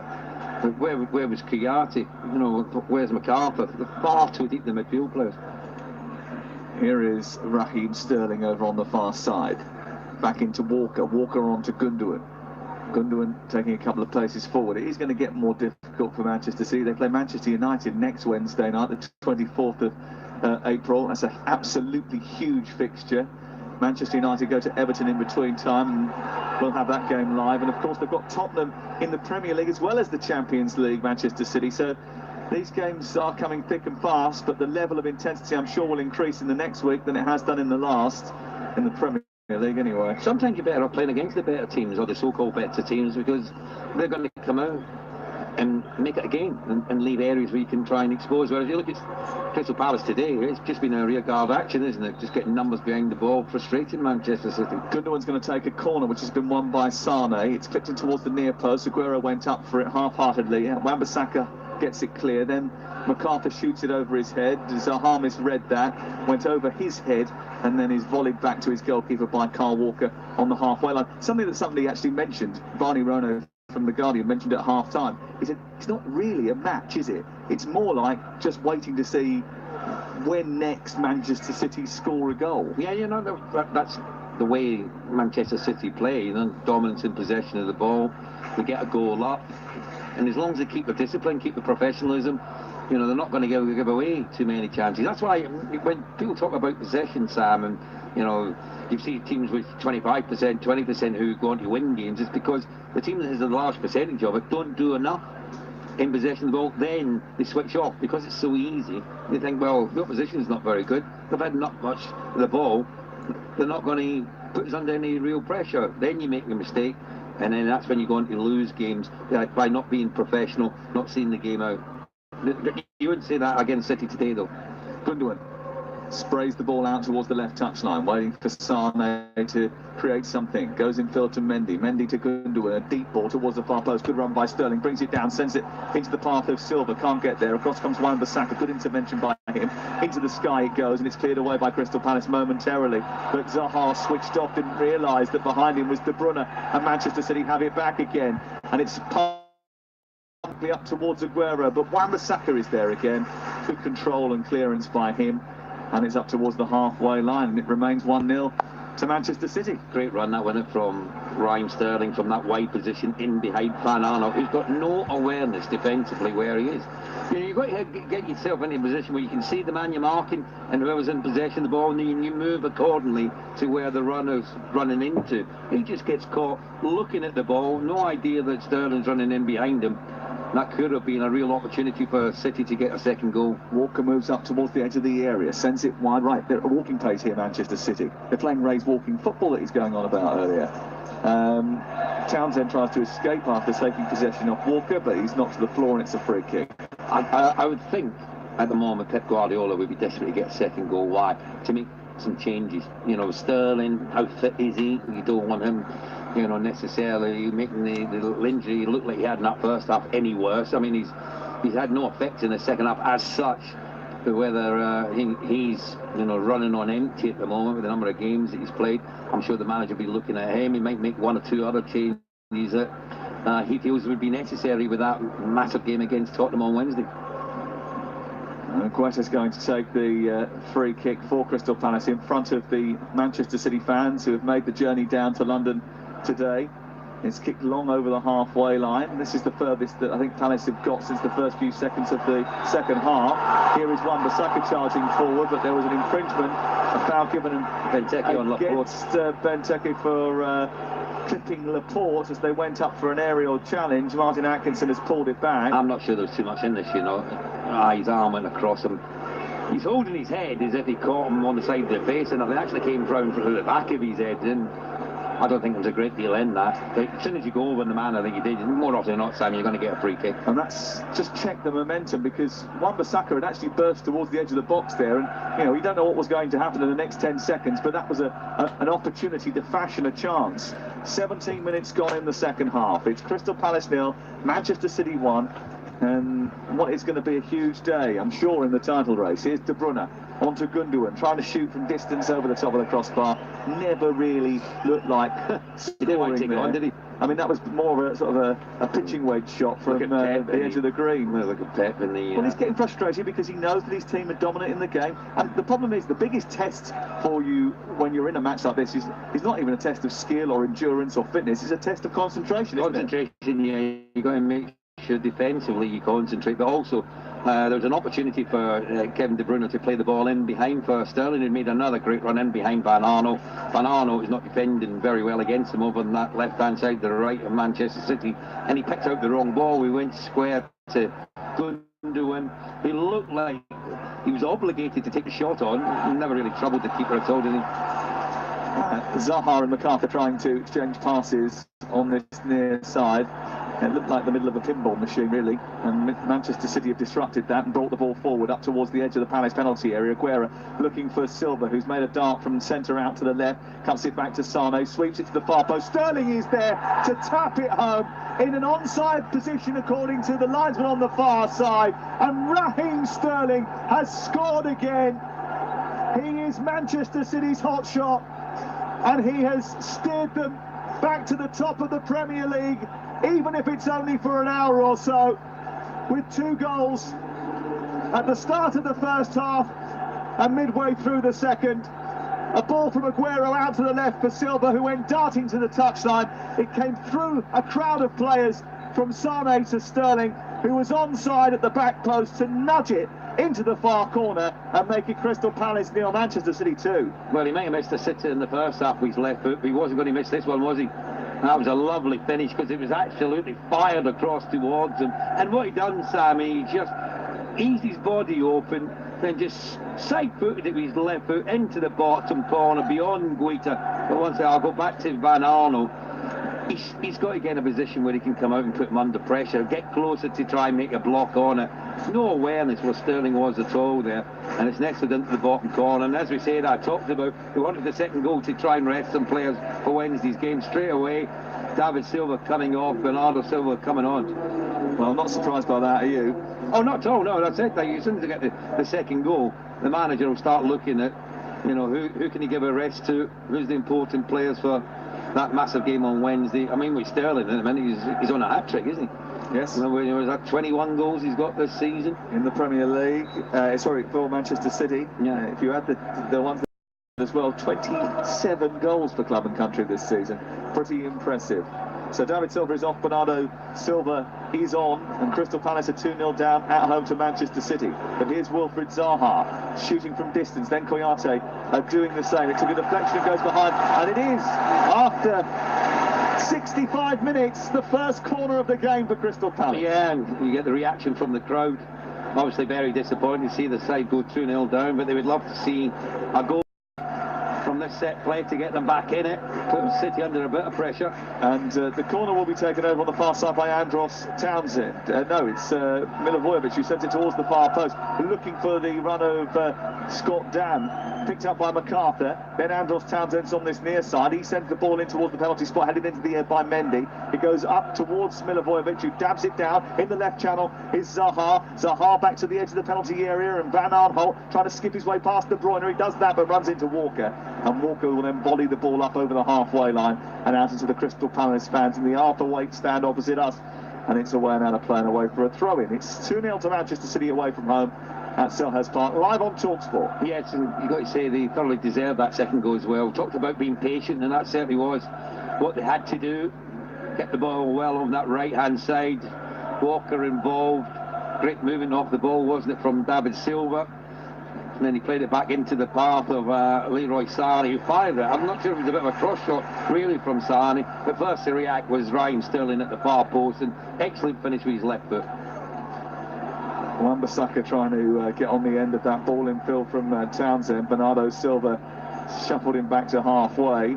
Manchester City just on the back foot a little bit. Crystal Palace just trying to get on the end of that long ball forward. But the offside flag was up against Benteke. I'm not sure about that. Well, I thought the reason why the home support were getting a bit annoyed, they thought it was given for a free kick from Benteke's challenge. Yeah, but it wasn't. It was actually the flag went up. Given for offside, but I'm not sure that it was. If it was very, very tight. Elsewhere, by the way, in their first season as a professional team, West Ham United have made it through to the Women's FA Cup semi-final. They beat Reading on a penalty shootout. Congratulations to them. Claire Rafferty has been working with us at TalkSport, very much involved in that today. So congratulations to West Ham, who beat Reading. Later on, Manchester City and Chelsea clash. Here is De Bruyne over the halfway line. Back to Laporte. Manchester City getting their job done. Remember, later on, Liverpool take on Chelsea. We'll get team news actually in the next few minutes from that. Be interesting to see who's in the starting 11s ahead of that big game between those two. Did you tell us the Celtic Aberdeen final score? It was 1-0 the last time I heard. And is it finished now? Still going. Last few minutes of that game. Celtic leading Aberdeen by a goal to nil. 2-0 now. Goal in the last few seconds. James Forrest got the first one. Earlier on today, Lewis Hamilton enjoyed his little jaunt round the circuit in the Chinese Grand Prix. He overtook Valtteri Bottas in the first corner and won that. And here Manchester City are heading back to the top of the Premier League after what has been a rather easy Sunday afternoon. Well, you make it easy. That's what you've got to do in football, Sam. You've got to come out with the right attitude, and that's what Pep Guardiola's team done from the first minute.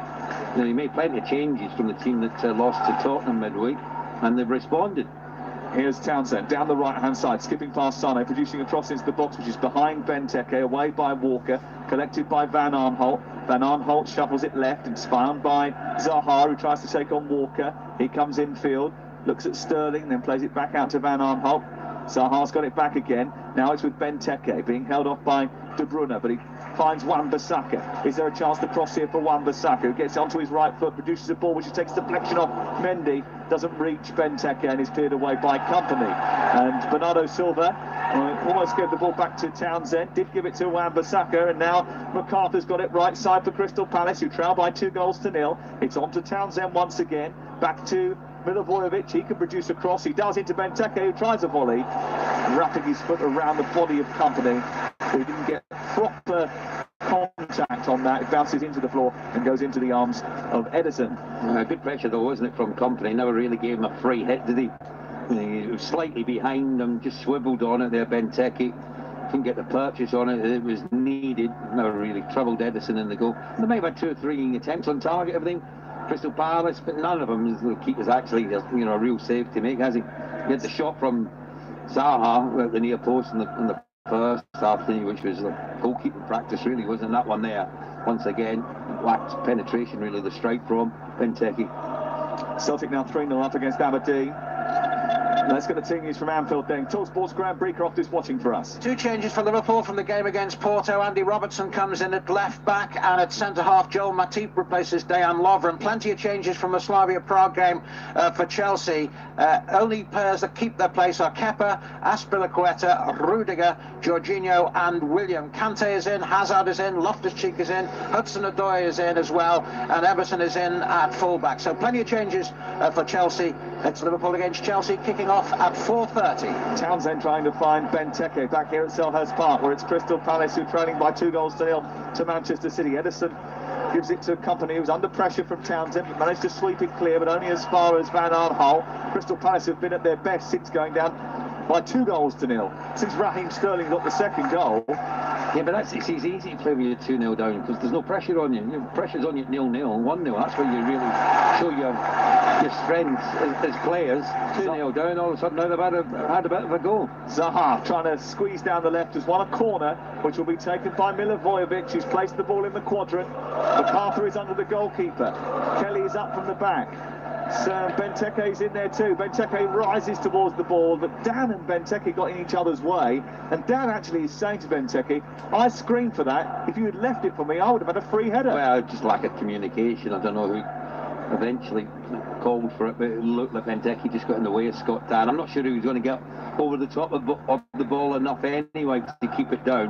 As Manchester City on the attack on the right-hand side with Sterling. Sterling onto Aguero into Sane, who's on the edge of the D, trying to turn and get a shot away, which is blocked by Martin Kelly. Comes back to Benjamin Mendy, then on to Bernardo Silva. Benjamin Mendy into the centre, looking for Sane. Aguero is at the back post. Out comes the keeper, collects it well and clears away. It's still 2-0 to Manchester City on TalkSport. I'm not sure Sane went there with any conviction, did he, to get on the end of that ball delivered in from Mendy. I think if he had it done, he might have got ahead of the goalkeeper, Guita there, and there might have been a simple header to make it 3-0 to Manchester City.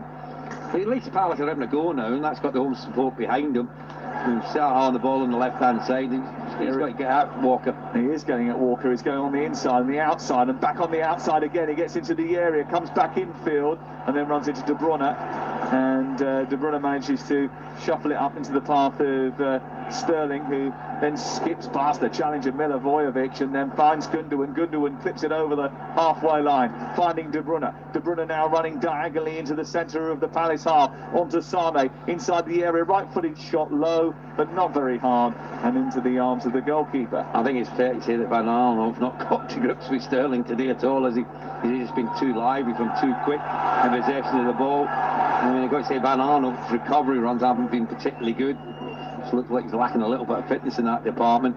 And when Sane picked it up on his weaker right side, wasn't he? Took the shot on, never troubled the keeper really. It was a simple save for him.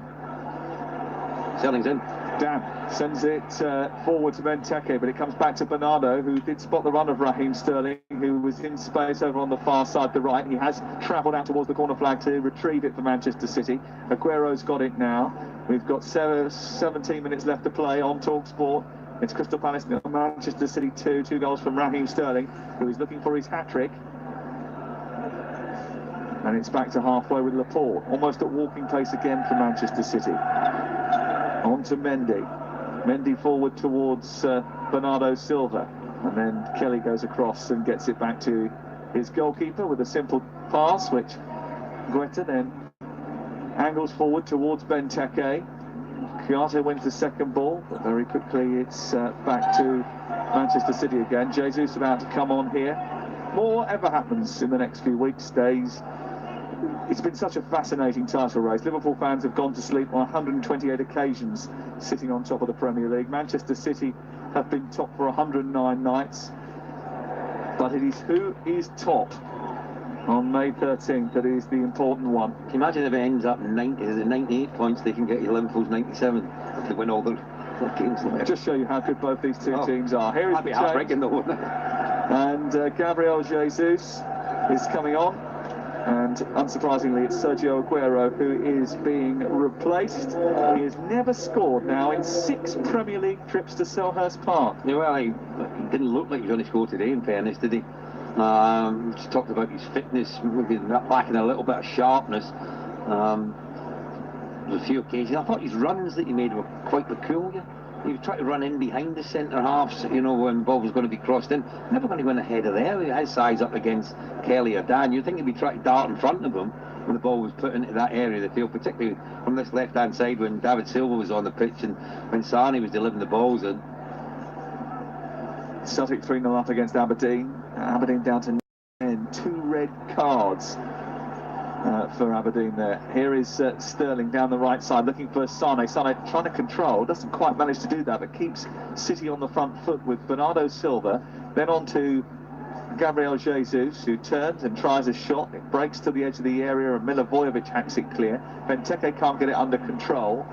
I mean, every time it touches him, it bounces 3 yards away before he can get it under control. Yeah, but look at De Bruyne and his work ethic coming back to put him under pressure. I've got to say, since Jesus has gone, he's only been on the pitch a few seconds, just looks very sharp, doesn't he? You know, obviously he's trying to prove a point to his manager that he should be in the starting 11 on Wednesday against Tottenham. But Sterling's been the one for me. He's been the real threat. Some of the runs he's made have been brilliant. Sterling, absolutely magnificent. Gabriel Jesus has got 12 goals in 16 cup games this season, but only 6 in 25 Premier League appearances this campaign. He has only started 8 Premier League games, to be fair. I'll give you the latest odds from BetMatch, Sunday Exclusive's official betting partner. The latest odds right now: Palace 1,000 to 1 to win the game, City 200 to 1 on, and the draw is 80 to 1. Full terms and conditions are available at betfair.com. 18 plus, please gamble aware. Here's Jesus, played in by De Bruyne, right side of the area, onto Sterling, who's on a hat-trick, trying to ghost his way past 2 and 3, comes back to the edge of the box, and Gundogan, who shoots over the top of the crossbar. Yeah, shooting practice for Gundogan in the next coming days if he's going to be involved in the match against Tottenham, because that's a couple of occasions where he was on his right foot, his left foot, he's never looked confident. I mean, when he came in, he went across his body, he came off the outside of his left foot, must have went about 10 yards wide of the target. But every time Sterling picks up, you can see the fear in the faces of the Crystal Palace defenders. They don't want to go near him for fear of giving away a penalty inside that 18-yard box. Change for Crystal Palace. So Max Meyer is on. Andros Townsend. Andros Townsend coming off, and Max Meyer coming on, and Meyer will go onto the left-hand side of the Palace midfield. I just think it makes it a little bit tighter and more narrow in that central area. Yeah, but I mean, couldn't you thought of bringing on a striker, you know, a Batshuayi or a Jordan Ayew, go with another attacker? You're at home. You know, you're 2-0 down as it is. Try and get yourself back into it. Bernardo onto Sane, and brilliant defending by Wan-Bissaka again. We got into that 18-yard box and just brilliantly read the situation. He was behind Sane, but managed somehow to wrap his right foot around the German's body and tuck it out for a corner. Well, you're quite right, but say once again, though, Sam, it's last-ditch defending. You know, because of the pace of the break at Manchester City and the pace of Sane getting in behind him. You have to deal with that. Yeah, no, that's what I'm saying. You know, no complaints with Wan-Bissaka. He's done what he's had to do, but if he doesn't get that touch on the ball, he's in there, Sane. He's 1v1 against the goalkeeper. Here is the corner to be taken on this near side. There's 3 posts between me and the taker. I think it's Gundogan who sends it in towards the edge of the 6-yard box. It's headed away by Benteke, picked up by Mendy, and sent back to the left-hand side with Sane. Sane low cross into the box, which Benteke is standing in the way of.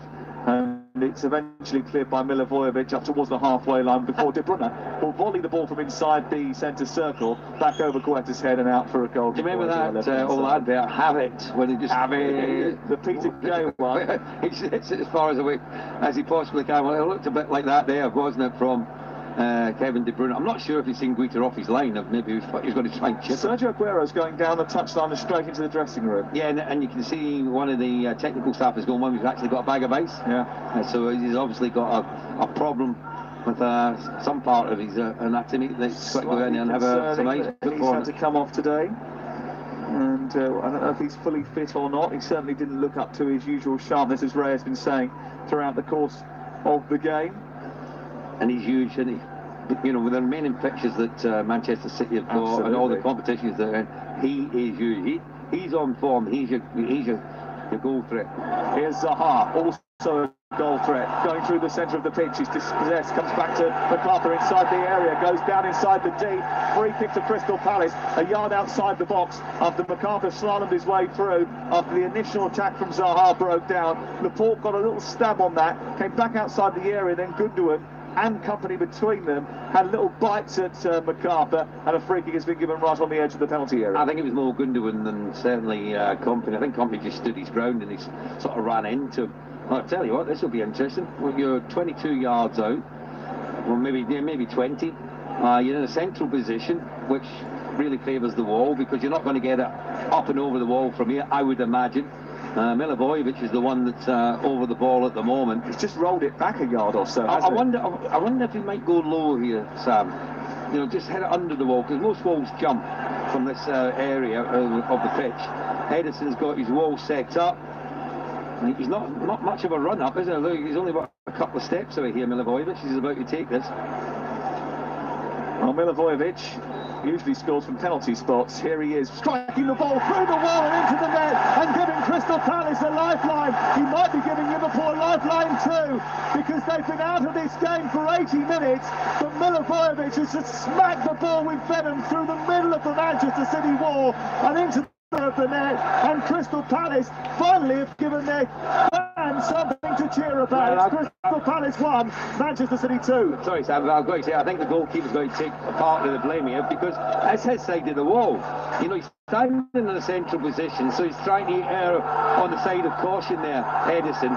You've got to get your wall to protect one side, you go the other. If he's good enough to get it up and over the wall, put your hands up and say brilliant free kick. But when it goes your side and you're a little bit late getting across, you have to put a portion some of the blame to the goalkeeper there. Lovely finish though from Milivojevic. Doesn't score too much. Well, he's set plays, he does, and they've got all the penalties, but there the free kick is expertly taken into that far corner. Listen, can Palace get themselves back to parity? It didn't look that way. Man City in total control, 2-1, anything can happen. Total control is a massive understatement for the first 80 minutes of the game, but all of a sudden Pep Guardiola has got something to think about, and that goal from Luka Milivojevic, he's only scored 11 goals this season, 10 of them have come from the penalty spot, and he was very, very accurate with his delivery there. Slide tackle by Kouyaté on Kevin De Bruyne goes unpunished in the left full-back area, and Crystal Palace come forward again. Are they going to give Pep a bloody nose for the second time this season? Maya from Zaha's ball inside the centre circle, plays it left, and now Van Aanholt joins the party. His cross into the box is aimed towards Benteke. Zaha has chested it down. He's tried to poke it back towards Benteke. Kouyaté was arriving, but Crystal Palace can't find their pass. And away comes Manchester City with the ball, and Sane leads the charge up over the halfway line, and a bit of breathing space for Pep's team. Well, this is where you find out about your players and the resilience and how they can game manage. De Bruyne running into the penalty area at the other end, dispossessed by Milivojevic, cleared away by Wan-Bissaka. Benteke wants a free kick here. Martin Atkinson says no. In consultation with one of his coaches there, and I think they're going to bring on John Stones, and maybe go with a third centre half, take off one of his attacking midfielders. I think he might play midfield. He might do. He might play him alongside Gundogan and play with two sitters, just try and change the formation. Here what you've got, you protect, Sam.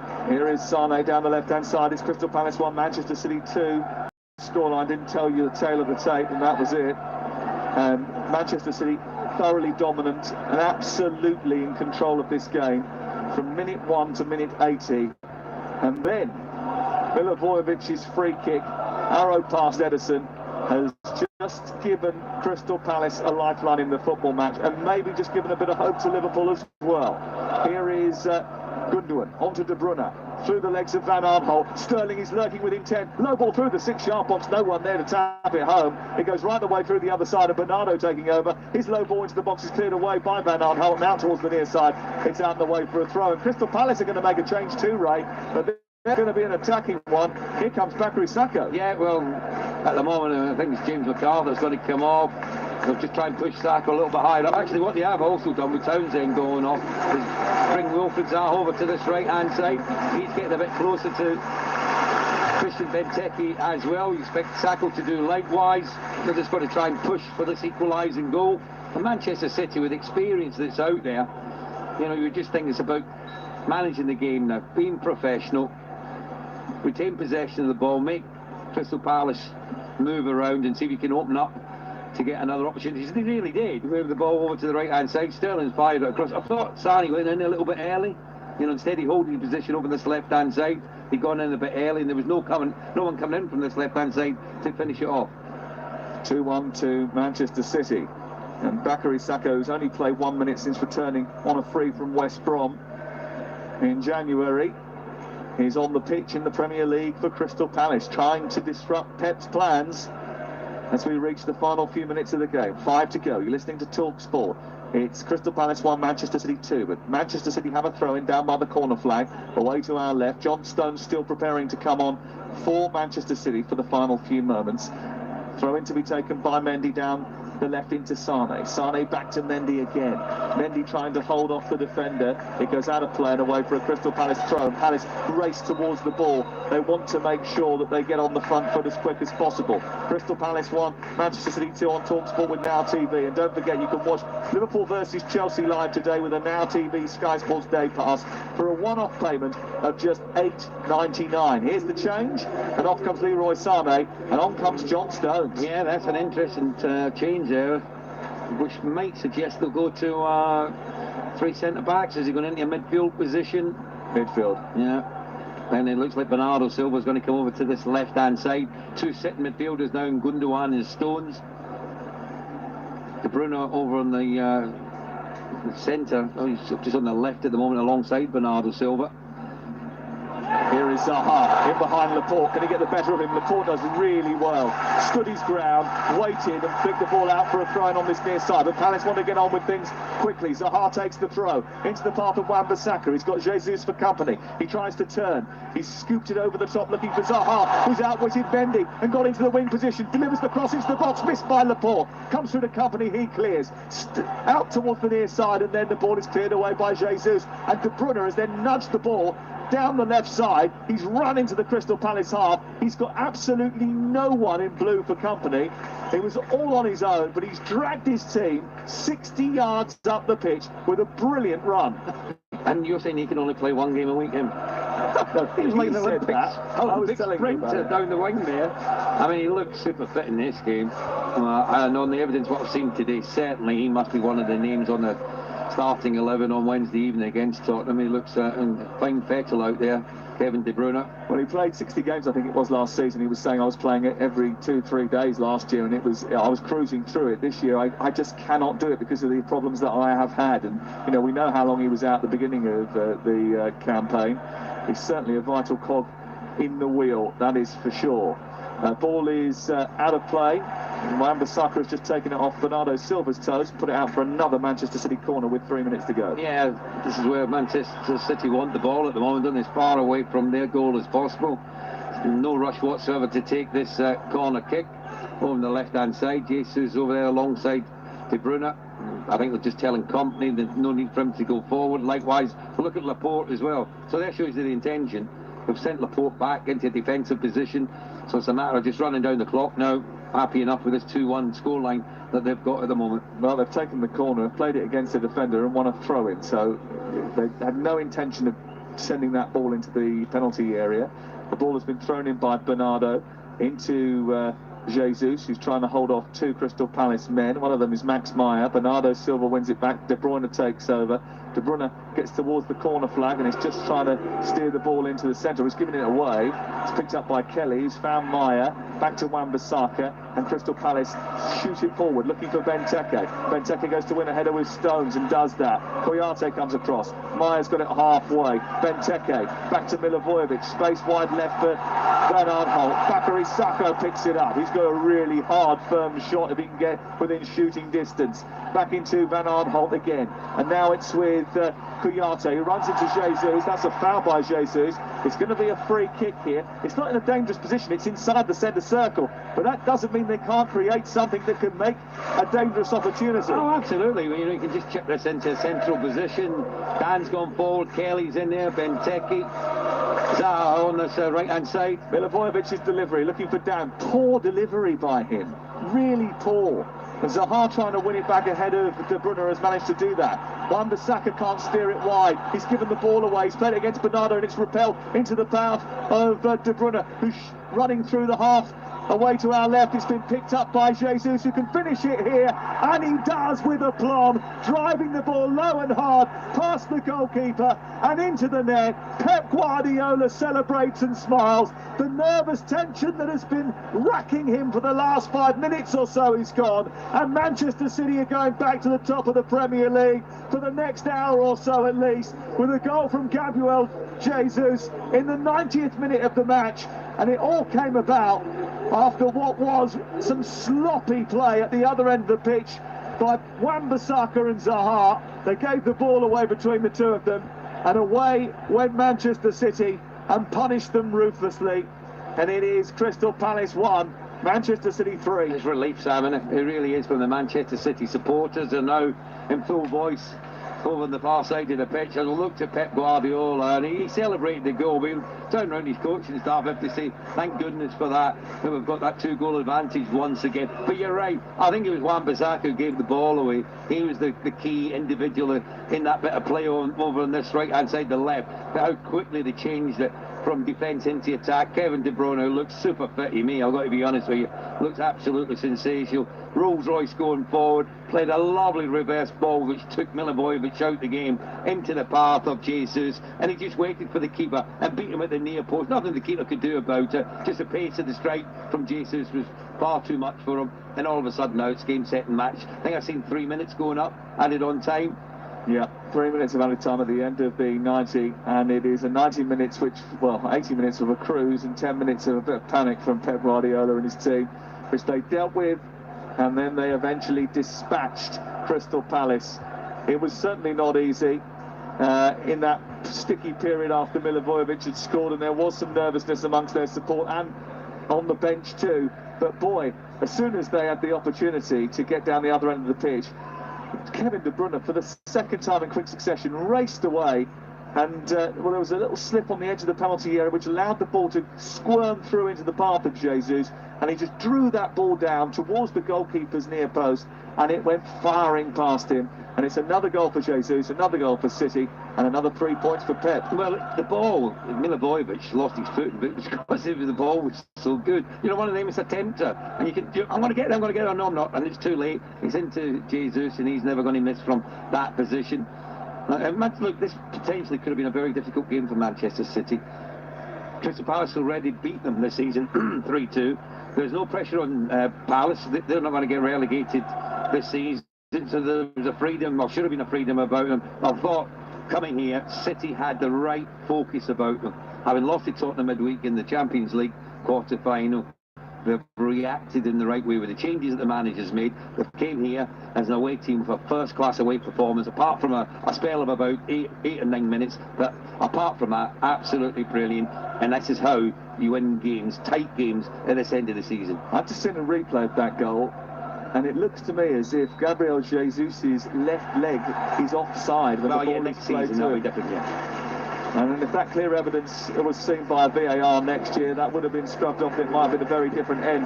Not that Roy Hodgson is too perturbed, it seems. He's all smiles as he shakes hands with Pep Guardiola on the full-time whistle. Manchester City are still the masters of their own destiny in the Premier League. If they win 5 games of the season, they will be champions again.